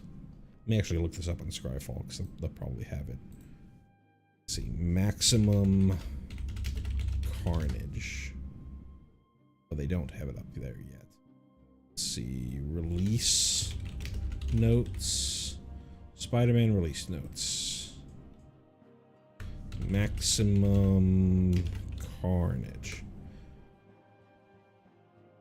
First chapter affects all creatures until your next turn, regardless of whether or not they were on the battlefield at the time the ability was solved. They can't attack for any reason, then it doesn't. And if there's a cost, you're not forced to pay the cost. So it doesn't have to then.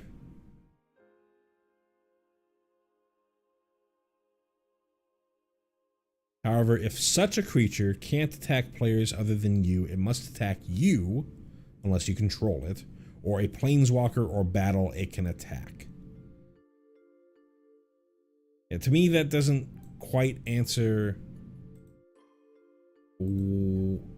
So if I have a planeswalker, does that mean that they have to attack the planeswalker?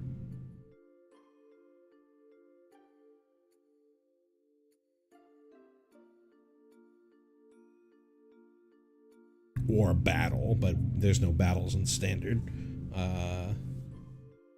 with rotation.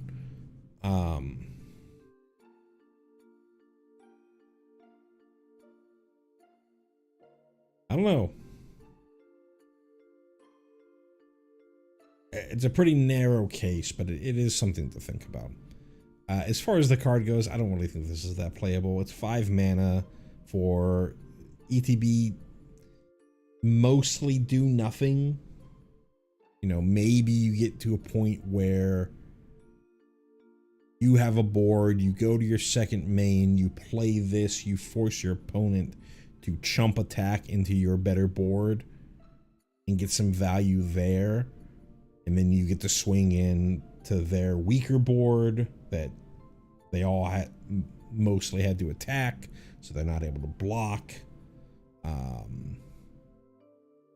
And you get to play something at, you added three mana during your pre-combat main.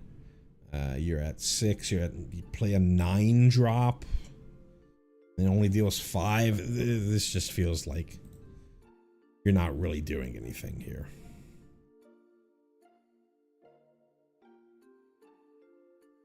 Next up, Molten Man, Inferno Incarnate. For 2 and a red, we have a legendary creature elemental villain at uncommon. It is a 0/0 that when it enters, search your library for a basic mountain card, put it on the battlefield tapped, then shuffle. Molten Man gets +1/+1 for each mountain you control, not just basic mountains, any type of mountain. And then when Molten Man leaves the battlefield, sacrifice a land. So it's kind of, 3 mana for a rampant growth. That's kind of the rate that you get in standard these days. But it's doing the whole red thing that we kind of saw with Zell from the Final Fantasy set, where you get weird versions of mana ramp or of land-based mana ramp. You kind of get a land, but then you lose access to it later. This is pretty similar. There's a Hearthstone card where you get a ETB mana crystal, death trigger, lose an empty mana crystal, or lose a mana crystal.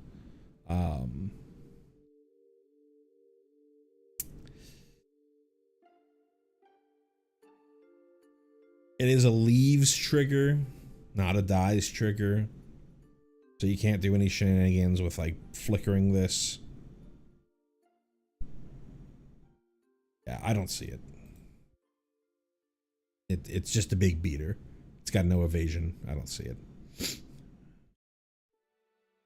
Raging Goblinoids for 4 and a red. We have a creature, Goblin Berserker Villain at uncommon. It's a 5/4 with haste and has a mayhem of 2 and a red. So if you can pay this for its mayhem, it's a 3 mana 5/4 with haste, which is a big hitter. But we already have Nova Hellkite or Warp for 3 and a red. 4 or 5 flying haste, ping something.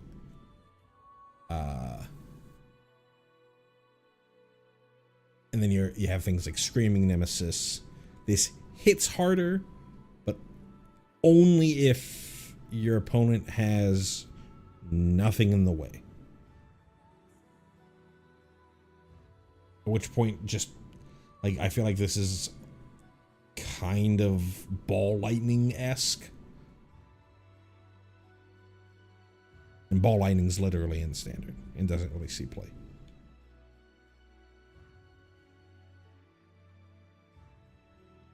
Next up is Romantic Rendezvous. For 1 and a red, we have a sorcery at common, discard a card, then draw 2 cards. This is a functional reprint of Tormenting Voice. That's it. Shadow of the Goblin. For 1 and a red, we have an enchantment at rare. It says at the beginning of your first main phase, discard a card. If you do, draw a card, and then whenever you play a land or cast a spell from anywhere other than your hand, this enchantment deals 1 damage to each opponent. A very interesting card. It's cheap enough that it is, you know, some sort of build, a non-creature build around that you can do, similar to like what people are doing with weapons manufacturing. The first ability, the first triggered ability, it's written not the way that you really want it to be written. It is a first main phase trigger. So you will, even if you got to empty-handed, you got to Hellbent at the end of your last turn, you always, well, it is and it isn't written in the way that you want. If you got the Hellbent, because this is a first main phase trigger, that's post draw step, so you will always at least have something in your hand that you could discard. But you do have to discard something in order to draw something. So you can't, it's not like Fear of Missing Out, where if you empty your hand except for Fear of Missing Out and then play Fear of Missing Out, it says discard a card, then draw a card. Well, if you have nothing in your hand, you don't discard anything, it's just draw a card. Here you had to have discarded a card in order to draw a card. But again, because this is first main, unless you know, held priority, cast an instant that you drew off the top of your deck before you went to your main phase, which is insane behavior, you will have something in your hand that you would have the opportunity to get rid of for something else. And then the Undying Vengeance part, this is very similarly written to Gwen Stacy or Ghost Spider, but this also includes madness stuff or anything that comes from your graveyard. So this also would include cards that you played via Gwenum directly off the top of your deck. This would include birds and lands that you played off the top of your deck via Traveling Chocobo. So this covers a lot more spots than just from exile. Though this also includes, this is a superset of what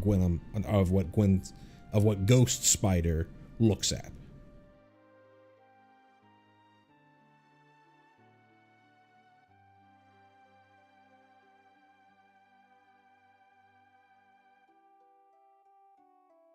It's not a legendary enchantment, so you can have multiple of these on the battlefield.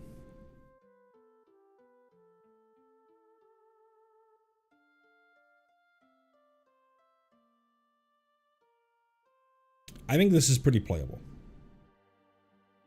Definitely a fun build around. Absolutely going in my Prosper deck.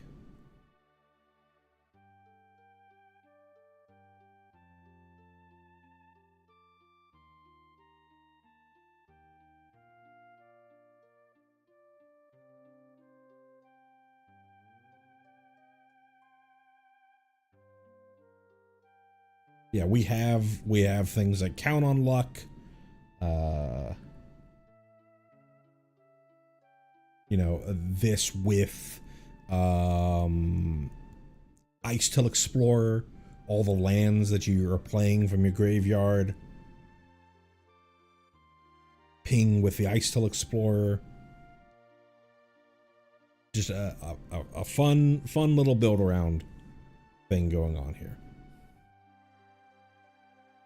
Plus having that hand sculpting top half. I think if it didn't have that top half and it's just some sort of like Impact Tremors style enchantment, then not quite there. But being able to sculpt the top of your, being able to sculpt your hand, or dig deeper for something else, or enable mayhem, etc., etc., etc. Put VV into the graveyard, etc., etc., etc. I think that this is pretty darn good. Next up is Shock. For a single red, we have an instant at common. Shock deals 2 damage to any target. This is already in standard. Already sees play in standard. Usually as copies 5 through 8 of Burst Lightning, but you know it, you love it. Next up, Shocker Unshakable. For 4 red, we have a legendary creature, Human Rogue Villain, at uncommon. Shocker is a 5/5 that has first strike during your turn, and whenever it enters, it deals 2 damage to target creature and 2 to that creature's controller. 6 mana, way too expensive for what's going on here. It's a limited card. Next up, Spider Gwen Free Spirit. For 2 and a red, we have a legendary creature, Spider Human Hero, at common. She is a 2/3 with reach, and whenever it becomes tapped, you may discard a card. If you do, draw a card. Limited card. Not much else to say here. Spider Islanders. For 3 and a red, we have a creature, Spider Horror Citizen, at common. It's a 4/3 with mayhem of 1 and a red. 2 mana 4/3. Pretty good stat. A pretty good stat line, but maybe with like a Masked Meower, you can enable this for turn 2, but you're still a turn 2 4/3. It's a powerful stat line. I just don't know if it's doing enough.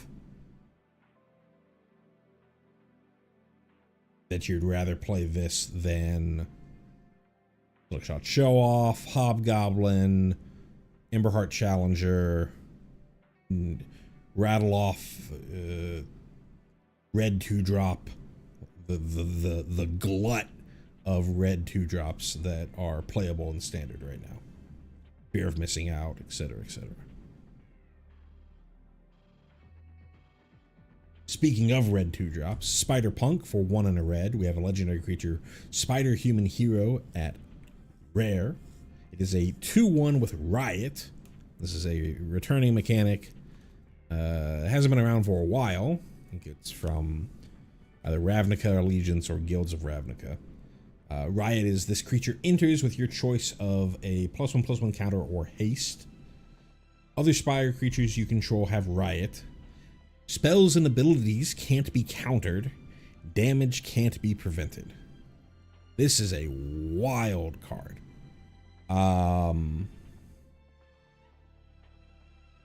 So how Riot works, when it's on the stack, your opponent, you haven't yet made a choice on whether you want this to be a haster or with +1/+1. So your opponent has to decide whether they want to counter this before you've made that choice. You can either just have this come in.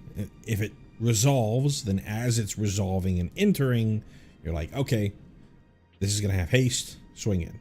Or, oh, you've got a 1/1 blocker. I'm going to give this a +1/+1 counter on it.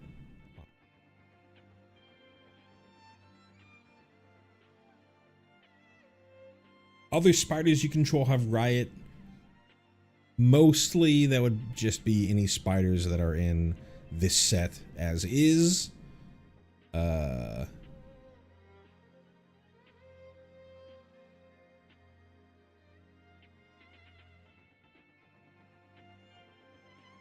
I can't really think of a ton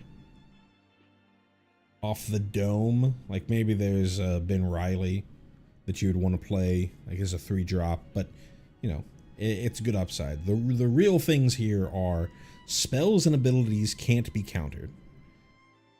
That is should, and damage can't be prevented. Really, it's the second one. Spells and abilities can't be countered. Should note. That includes your opponents. So you're really not going to want to play this in like an is it tempo deck where I'm holding up spell pierces and stuff like that. This is an aggressive card. This is a card that is designed to end the game and make it so that your opponent must deal with this before they can really, you know, muck up whatever else you're going for. This is a wild card. The damage can't be prevented clause, we don't really have fogs in standard right now, so I wouldn't worry too much about that. Maybe we get some fog with airbending in the Avatar set, but I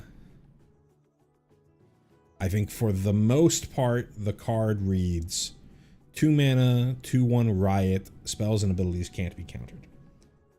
And that's just a good card.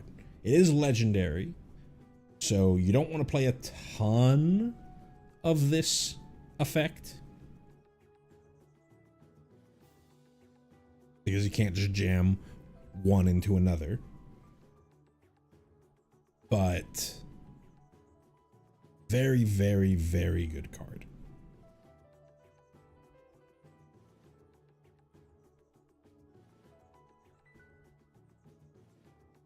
Next up is Spider-Verse. For 3 red. We have an enchantment at Mythic. It says the legend rule doesn't apply to spiders you control. And whenever you cast a spell from anywhere other than your hand, you may copy it. If you do, you may choose new targets for the copy. If the copy is a permanent spell, it gains haste. Do this only once each turn. This is a commander card. 5 mana is way too expensive for essentially a do-nothing, a setup card. And sure, you can cheat this out with things like Kona, but if you're going that far, just play Omniscience. It's part of the reason why I wanted Omniscience to be banned when they were doing their shake-up of the format instead of Abuelos, because cards like this, which maybe somebody could have convinced themselves to build a deck around, just go with the best enchantment that you can cheat out that's ever been printed, Omniscience, that's in standard right now. So don't really see it seeing play. Spinneret in Spiderling. For a single red, we have a legendary creature, Spider Human Hero, at rare. It is a 1/2 with whenever you attack with 2 or more spiders, put a +1/+1 counter on Spinneret in Spiderling. And whenever Spinneret in Spiderling deals 4 or more damage, exile the top card of your library. Until the end of your next turn, you may play that card. It's a pretty good 1-drop. It itself is a spider, so you really only need 1 other spider. So if you curve Spinneret and Spiderling into Spider-Punk, then you attack with both. You put a +1/+1 counter on Spinneret and Spiderling. You're attacking for 4. But you would do the same thing with Hired Claw. You would play Hired Claw, play Spider-Punk, attack, Hired Claw trigger,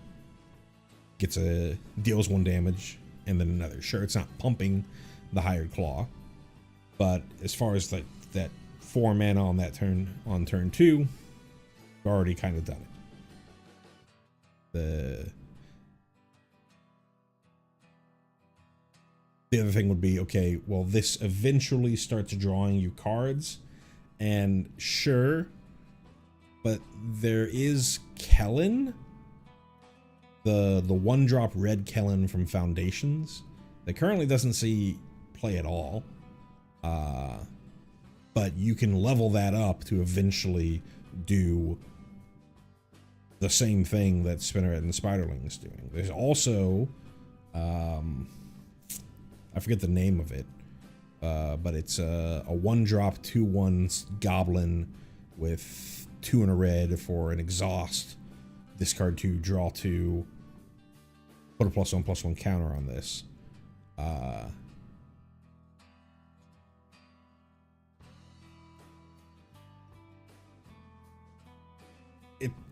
We already got a decent number of red 1-drops. Yeah, we lost Heartfire Hero, but I think the existing slew of red 1-drops ends up being better than Spinneret and Spiderling.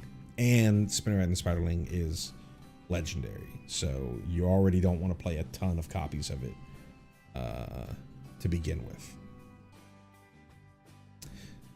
Sorry.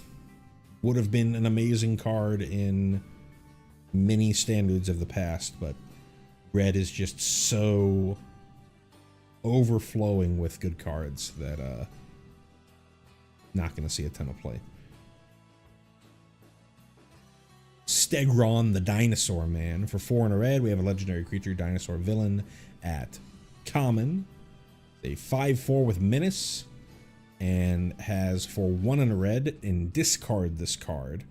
Until end of turn, target creature you control gets +3/+1 and becomes a dinosaur in addition to its other types. So it's got a channel ability.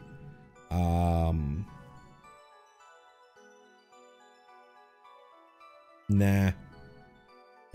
It's unlike a lot of the legendaries that we see, it at least has an out to having multiple copies, because you can do something with the extra copies, but it's still a 5-mana 5/4.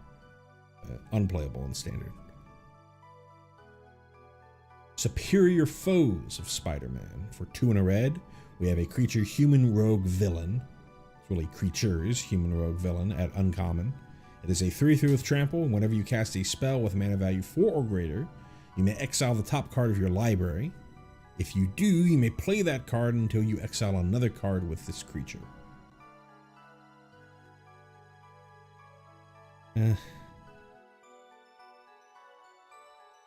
3-mana 3/3 trample. The 3-drop slot is a glut of 3-drops.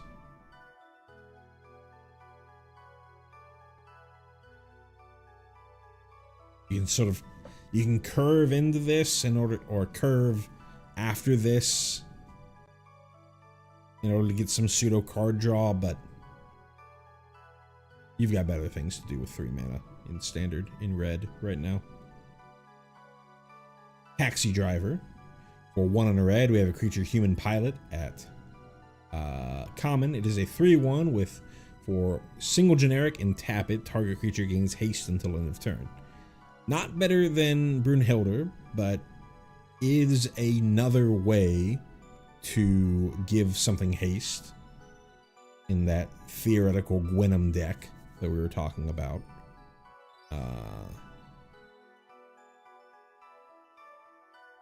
Any way to give things haste that shouldn't have haste is interesting. This costing mana to do so, a little less interesting, but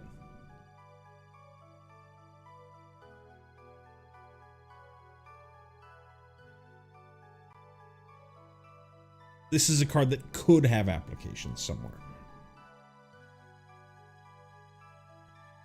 Next up, Wisecrack. For 2 and a red, we have an instant and uncommon. Target creature deals damage equal to its power to itself. Then if that creature is attacking, Wisecrack deals 2 damage to that creature's controller. Only thing notable about this card is it is a reference to Werebear. I support your right to bear arms, Grizzly, but this is getting ridiculous. I mean, that's saying that right to bear arms is, you know, as a pun, it being a magic reference is not, you know, people have used that before this, but this is almost certainly a werebear reference. Don't think it's that playable. If the thing that you target has greater toughness than power, this doesn't kill it. 3 mana. No.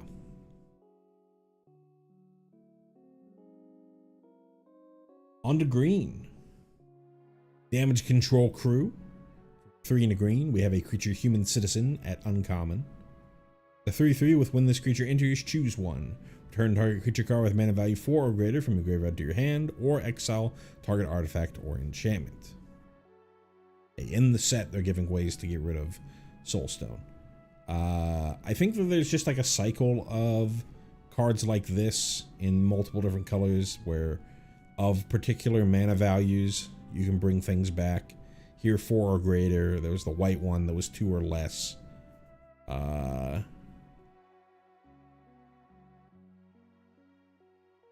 It is target card, so it's a full-on regrowth. It's a little more interesting than I thought. I kind of thought this was like a permanent card. So you could bring back instants and sorceries with this, which is kind of interesting, but still 4 mana for this effect. A little too much. Ezekiel Sims, Spider Totem. For 4 and a green, we have a legendary creature, Spider Human Advisor at uncommon. It's a 3/5 with reach. At the beginning of combat on your turn, target spider you control gets +2/+2. He himself is a spider, so can attack as a 5/7. Ultimately, just a giant beater. Good blocker, blocks in the air very well, but that's it. Grow Extra Arms. For 1 and a green, we have an instant at common. Spell costs 1 less if it targets a spider. Target creature gets +4/+4 until end of turn. We have giant growth in standard already, and it sees a little bit of play, but it doesn't see that much play. This is Titanic Growth. Unless it targets a spider, then it's a little bit better, but ultimately, this is a combat trick that doesn't give trample. Guy in the Chair. For 2 and a green, we have a creature human advisor at common. It's a 2/3 that taps for 1 mana of any color. And then you can also pay 2 and a green and tap it to put a +1/+1 counter on target spider. Activate only as a sorcery. 3 mana dork. Yeah, it has something else that you can do with it, but no. Not playable. Next is Kapow. For 2 and a green, we have a sorcery at common. Put a +1/+1 counter on target creature you control. It fights target creature an opponent controls. These are the cards, folks. Craven's Cats. For 1 and a green, we have a creature cat villain at common. It's a 2/2 with, for 2 and a green, this creature gets +2/+2 until end of turn. Activate only once each turn. It's a bear. That's a cat. Craven's Last Hunt. So here's our green saga. For 3 and a green, we have a enchantment saga at rare. Got 3 chapters. Chapter 1, mill 5 cards. When you do, this saga deals damage equal to the greatest power among creature cards in your graveyard to target creature. So it's not among the milled, it is anything that's it could include things that were already in your graveyard. Chapter 2, target creature you control gets +2/+2 until end of turn. Chapter 3, return target creature card from your graveyard to your hand. Now, 4 mana, mill 5. So kind of graveyard shenanigans enabler, but 4 mana is very expensive. You can just play A much better card is just Esper Memories. I think that's what it's called. The thing that flips into Maruin. You can cast that from your graveyard.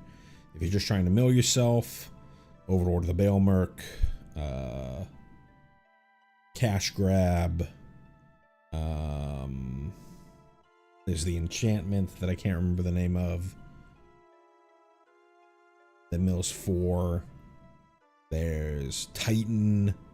There's all sorts of things that you can do. That does a lot more than this. This is a card for another time. Slow Golgari value engine. I say Golgari, but it's only green, but you would play this in some sort of gold garbage deck. Lizard, Connor's Curse. Connor's Curse. The last name is Connors. Lizard, Connor's Curse. For 2 green, we have a legendary creature, Lizard Villain. Interesting that it's a lizard. There is lizard synergy from Bloomburrow. It's at rare. It's a 5/5 with trample. And when it enters, up to 1 other target creature loses all abilities and becomes a green lizard creature with base power and toughness 4/4. There's no until end of turn. They are that for the rest of the game. I think in standard, you would most likely do this on your own creature to kind of upgrade it. You could use this on your opponent's creature if you are fine with leaving a 4/4, giving them a 4/4.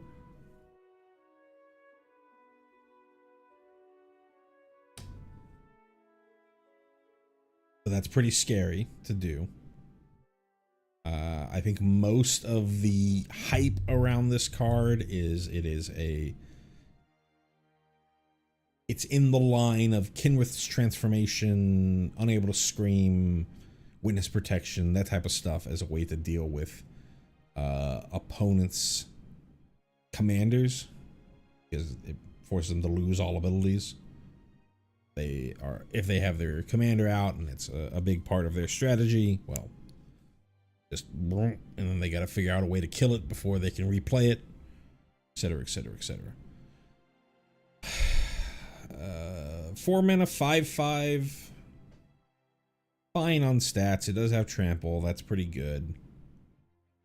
There's a lot of decent 4-drops in green that don't really see a ton of play. There's a possibility in some sort of mono green aggro list that this gets there, but I wanted to hold your breath. Lurking Lizards. For 1 and a green, we have a creature Lizard Villain.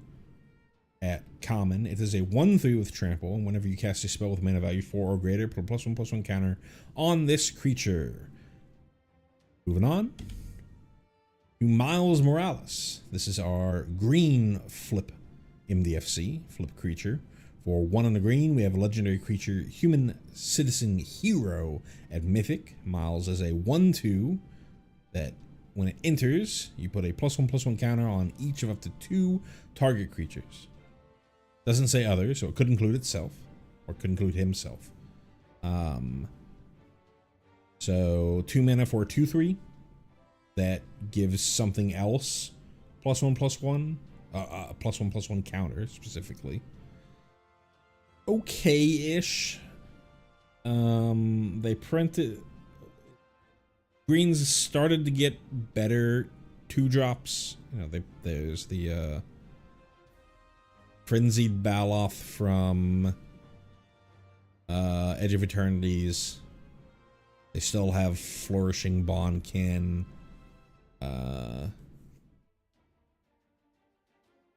This is kind of doing similar stuff to what Innkeeper's Talents does, but it's not repeatable. It's fine on the front half.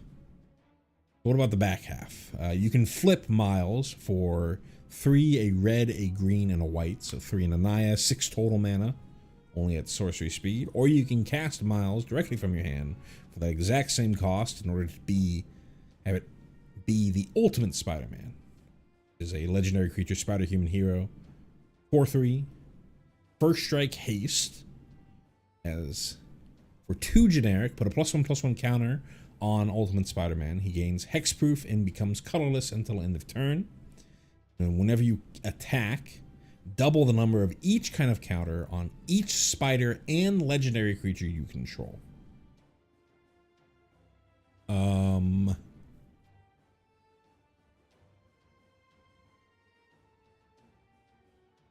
So Miles is a spider. Miles is also a legendary creature. Other thing to note, if you put the +1/+1 counter on Miles to start with and then transformed it, Ultimate Spider-Man would still have the +1/+1 counter earlier. There's no limit on the number of times that you can use camouflage. So a pretty good like finisher creature in some sort of control deck. The ability to always give this hexproof. 6 mana for a 4/3 first strike haste, pretty good. Doesn't really have evasion though, so can just be chump blocked.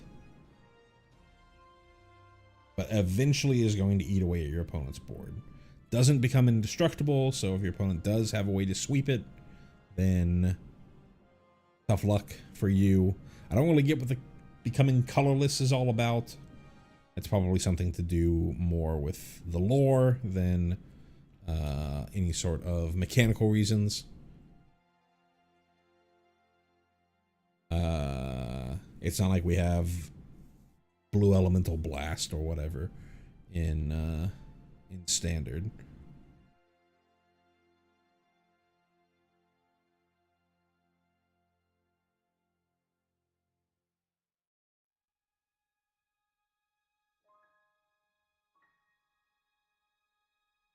I think the front half is fine. 2 mana, 2/3 that gives something else a +1/+1 counter is fine. This back half is a little on the weak side. It's kind of doing very similar things to what you're doing with Ouroboros, but Ouroboros is just cheaper and doesn't only work with spiders and legendaries. Yeah. I think if you're playing this card, you're playing it for Miles Morales. And then from there, it's the question of, is this better than the existing 2 drops in green in standard? And I'm not sure the answer to that question. So we've seen all 5 colors of the flip creatures. I think it's still Peter Parker 1, Norman Osborn 2, Gwen Stacy 3, and then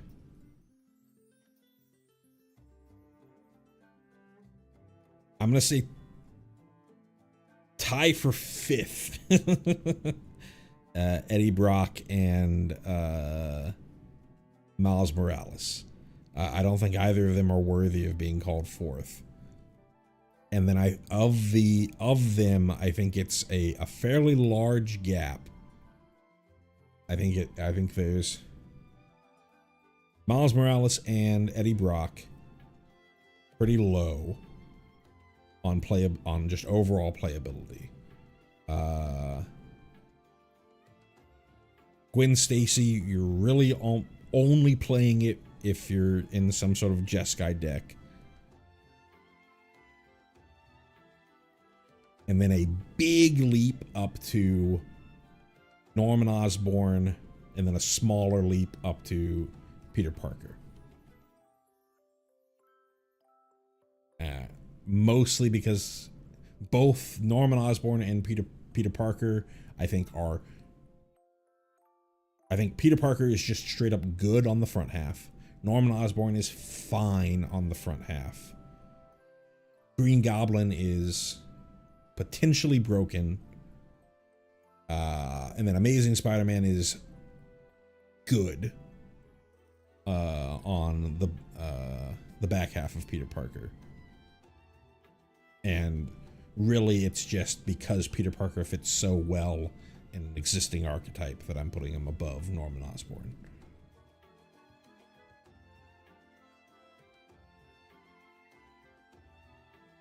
Next up, Pictures of Spider-Man. For 2 and a green, we have an artifact at uncommon. When this artifact enters, look at the top 5 cards of your library. You may reveal up to 2 creature cards from among them and put them into your hand. Put the rest on the bottom of your library in a random order. And then you can pay a generic tap and sacrifice this to create a treasure token. The story behind the cards, fun and flavorful, right? You take Pictures of Spider-Man, which are the cards that you pull from your deck, and then you sell them to the Daily Bugle by sacrificing this. You know, if you squint really, really hard, it's kind of the green stock up. Ultimately, the green stock up already exists. It's called, God, now I forget what it's called. It's for 2 and a green. Look at the top 5 cards and put any creature cards found from among them into your hand. This one you only get 2. It's an artifact, so if you have some way to flicker this, then you have, you know, more and more shots at it. But the fact that it only hits creatures means that you have to build a very creature heavy deck.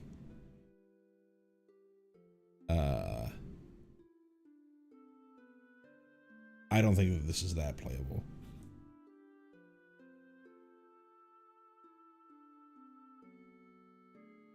Maybe as a sideboard in like a mono green aggro deck if you're looking for card draw, but I think that you have better options there. You can play Vivian Reed, the Planeswalker. You can play Herd Heirloom. I think green isn't really, if you're really looking for it, I think green can find better card draw.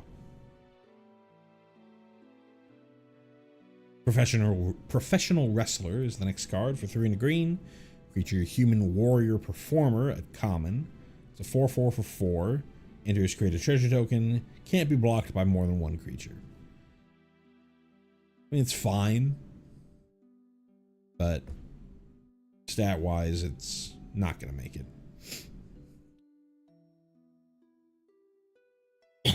Excuse me. Next up is Radioactive Spider. For a single green, we have a creature spider at rare. It is a 1/1 with reach and death touch. And then for 2 generic and sacrifice this. Search your library for a spider hero card. Reveal it, put it into your hand, then shuffle. Activate only as a sorcery. I think if this was activate, if this didn't have this activate only as a sorcery, I think this card's pretty darn good. Outside of that, though, there's Dragon Sniper from Tarkir Dragonstorm, which is the same mana cost for a 1/1 reach, death touch, vigilance. It just doesn't have this tutor effect. Maybe there's a world if one of these spider heroes, if Miles Morales or Peter Parker, or for some reason other spider heroes get printed and one of them ends up being like super duper busted, that having just a specific tutor for that specific card could be playable. But if you're looking for if you're just here for the effect of I want a 1/1 that will trade with basically anything, you've got Dragon Sniper. that can also attack and not leave you vulnerable to being attacked. So, Sandman, Shifting Scoundrel. For 1 green, we have a legendary creature, Sand Elemental Villain, at rare. It is a star, so its power and toughness are equal to the number of lands you control. Can't be blocked by creatures with power 2 or less, so that's nice. Can't be chumped. Somebody substantial has to get in the way. And then for 3 green, return this card and target land card from your graveyard to the battlefield tapped. This card's okay. On turn 3, it's a 3/3, which isn't the greatest stats. But as the game drags on, it gets bigger and bigger. Again, can't be chumped. And even if they deal with it, as long as they're not exiling it, you can keep bringing it back and also ramping you, kind of. Like, if you're all the way at turn 5 is really ramping a land, getting you a ton. It is nice that you can do this at instant speed, so you can just sit there. If you've got nothing else going on, you don't have to leave Sandman vulnerable to sorcery speed removal. Just wait till your opponent's in step, bring it back, and you don't even have to have a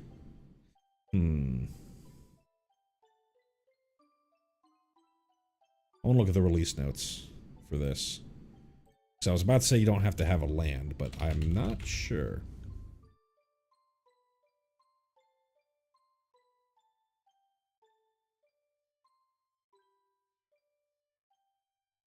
Doesn't say. Interesting. My guess is you do not have to have a land in the graveyard, but maybe you do. If that's the case, then that's a lot worse. It's not like unplayable at that point. There are fetch lands. There's plenty of ways to mill yourself, but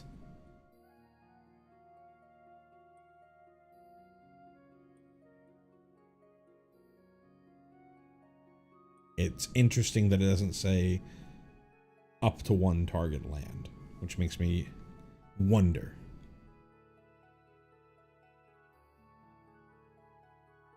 Anyways, Scout the City. For 1 and a green, we have a sorcery at common. Choose 1. You can either mill 3 cards and put a permanent card from among them into your hand and gain 3 life, or destroy a target creature with flying. Sorcery speed for this, it makes it a little sketchy. We already talked about like cash grab and stuff, but this does have, you know, an out of I can use this as a Broken Wings or a plummet effect. It's a fine card. If your deck needs this effect, it's something that you can play.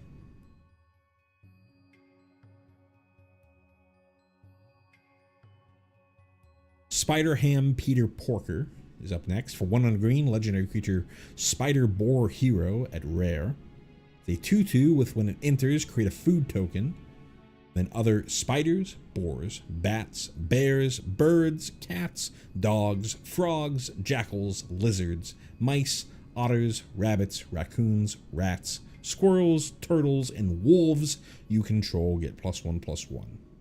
Mostly, it's basically anything other than humans. Every tribe that is in Bloomborough is supported here. Bats, raccoons, rabbits, rats, squirrels, turtles, frogs, mice, lizards, etc.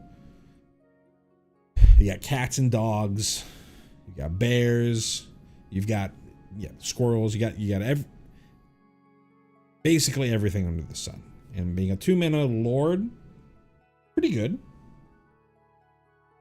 It's not going to make your goblin deck good, But if you're doing any sort of critter stuff, 2-mana Lord, perfectly fine. Being green, this works best with rabbits, raccoons, frogs, and turtles, I think. Bats are in black and white. Spiders historically have been in green, but for the most part have not been in green in this set. Bears have been in green. Birds as well have been in green. So birds and rabbits are probably the biggest. There are some cats that are in green historically.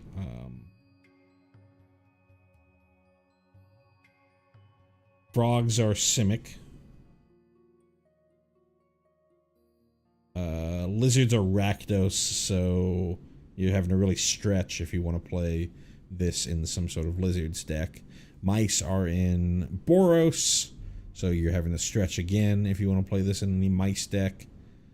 I don't really know what otters are in. Rabbits are in Selesnya, so you're right there with rabbits. Raccoons are in Gruul, so you're right there with raccoons. Rats are in Dimir, so you're gonna have to stretch to get to rats. Squirrels, I think, are Golgari, so you've got it there. Turtles are just sort of a semi-supported tribe, but they're in green. Wolves are historically in green, so some of them you're gonna have to stretch for, but the birds decks, the Selesnya birds decks, and the Selesnya rabbits decks, I think would love Spider Ham.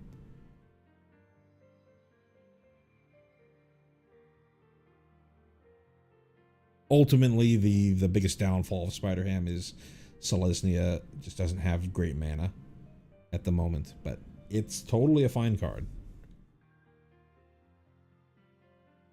Spider-Man Brooklyn Visionary is up next. For 4 and a green, we have a legendary creature Spider-Human Hero at common. A 4/3 with web slinging for 2 and a green. This is the first time we're seeing web slinging in this stream. So you may cast this spell for its web slinging cost, in this case 2 and a green, if you also return a tapped creature you control to its owner's hand. So cast it for cheaper for the additional cost of returning a tapped creature. When it enters, search your library for a basic land card, put it on the battlefield tapped, then shuffle. So if you can web sling this, then you get sort of the same rate as a lot of ramp spells in standard, but with a 4/3 on top of it. I don't really think that this is that playable, however. You've already got Lumbering World Wagon. You've got things like Heaped Harvest. You've got things like Clifftop Lookout. Already out there at 3 mana. Getting you a land. And if you aren't able to web sling this, then you gotta wait till 5 mana to get that land, and no one's gonna want to play that. So sorry, Spider-Man Brooklyn Visionary, but we're moving on to Spider Rex Daring Dino. 4 green, legendary creature Spider Dinosaur Hero at common. Reach, trample, ward 2, 6/6. This is your Colossal Dreadmaw of the set, except it is legendary. Moving on. Spiders Man Heroic Horde. For 1 and a green, we have a legendary creature Spider Hero at uncommon. It is a 2/3 with web slinging of 4 green, so significantly more expensive web slinging. When it enters, if they were cast using web slinging, you gain 3 life and create 2/1 green spider creature tokens with reach. So for 6 mana, if you're able to web sling this, for 6 mana, you've got, what is that? 6/5 worth of power across 3 bodies. Plus you gain 3 life. I don't really think this is playable. 2 mana 2/3 is fine-ish. But it's just a 2 mana 2/3. And then sure, you've got a lot to sink into later in the game, but you can't even just be like, all right, I'm going to play. It's not like a kicker cost. It's like, okay, I rip this off the top, post board wipe. I'm going to, you know, create a big board. You have to already be at a good enough spot in the game where you have a creature on the board to then make, you know, more bodies by ripping that creature off the board. But it's just a beater, and if you already have a creature on the board,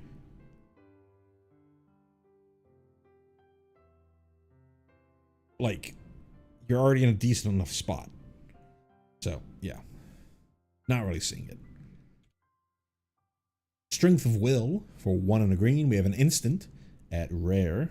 It says, until end of turn, target creature you control gains indestructible, and whenever this creature is dealt damage, put that many +1/+1 counters on it. Worth to note, because when this first was spoiled, I saw people talking about this. Screaming Nemesis cannot target itself. So this is not just combo with Screaming Nemesis.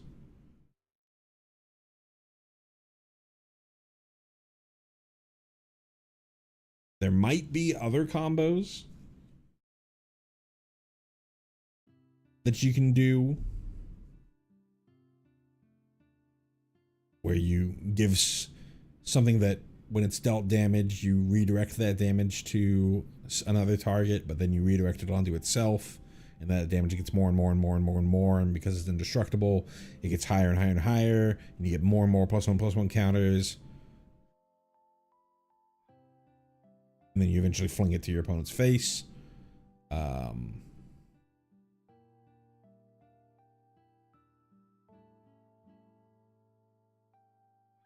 Ultimately, this is kind of along the same lines as like Overprotect. And I think you just play Overprotect, because you can use Overprotect as a way to, offensively. Your opponent's tapped out. They're not playing, it's not a removal heavy matchup. They're tapped out. You can just go Overprotect, trample over, deal that damage, kill you. And then if it is a removal heavy matchup, you can hold it up for their removal. I think Overprotect also gives indestructible, I think, right? Or is it just hexproof? Overprotect. No, it's both. Yeah, just play Overprotect rather than this. Supportive Parents. For 2 and a green, we have a creature Human Citizen at uncommon. It is a 3/3 that you can tap 2 untapped creatures you control to add 1 mana of any color. Maybe something in some sort of go wide list. You can kind of use it to, you know, tap things with a survivor.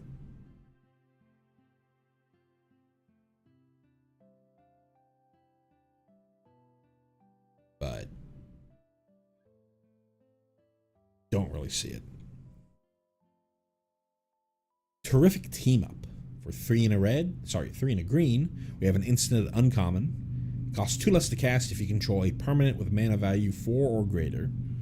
1 or 2 target creatures you control each get +1/+0 until end of turn, and they each deal damage equal to their power to target creature and opponent controls.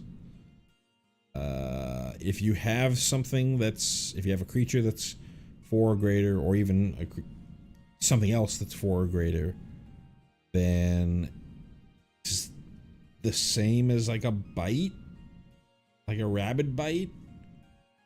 So I guess Rapid Bite's sorcery speed. This isn't playable. I'm sorry. I was trying to think of a way, but no. Wall Crawl. For 3 and a green, we have an enchantment and uncommon.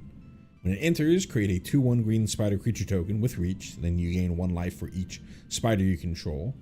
Spiders you control get +1/+1 and can't be blocked by creatures with Defender. 4 mana for a 3/2. Gain a life. Can't be blocked by defenders. No. Nope. Web of Life and Destiny. For 6 green. We have an enchantment at Mythic. It has Convoke, this is a returning mechanic, where you can tap creatures while casting the spell to either pay for generic costs or 1 mana of that creature's color. So if you have no green creatures, you can tap. If you have 8 red creatures, you would still have to have 2 green mana sources from somewhere else in order to pay for this. But if it's 8 green creatures, you can just tap all 8 green creatures to pay for this. This is the beginning of combat on your turn. Look at the top 5 cards of your library. You may put a creature card from among them onto the battlefield. Put the rest on the bottom of your library in a random order. The fact that this convokes is its saving grace, but the deck building consideration is the weird thing here. Because if I want to try and get this out quickly, then I am playing a bunch of small things. Resolute Reinforcements, a bunch of things that make tokens. Or creatures, or a lot of 1-drops, 2-drops, things that make small creatures. In order to get this thing out, that synergizes best with big creatures. So I think the deck building consideration for this is weird. I do think that it's still powerful. Because even if you're just getting small things, you are, depending on how your deck's built, you're probably consistently getting something off of this.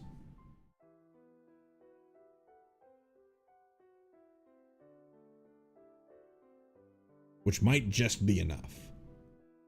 And maybe every once in a while you get a big thing.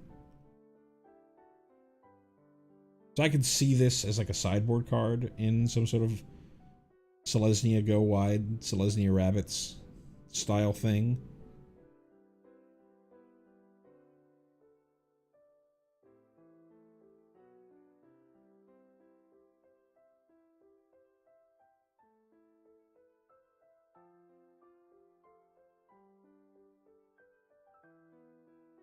Yeah.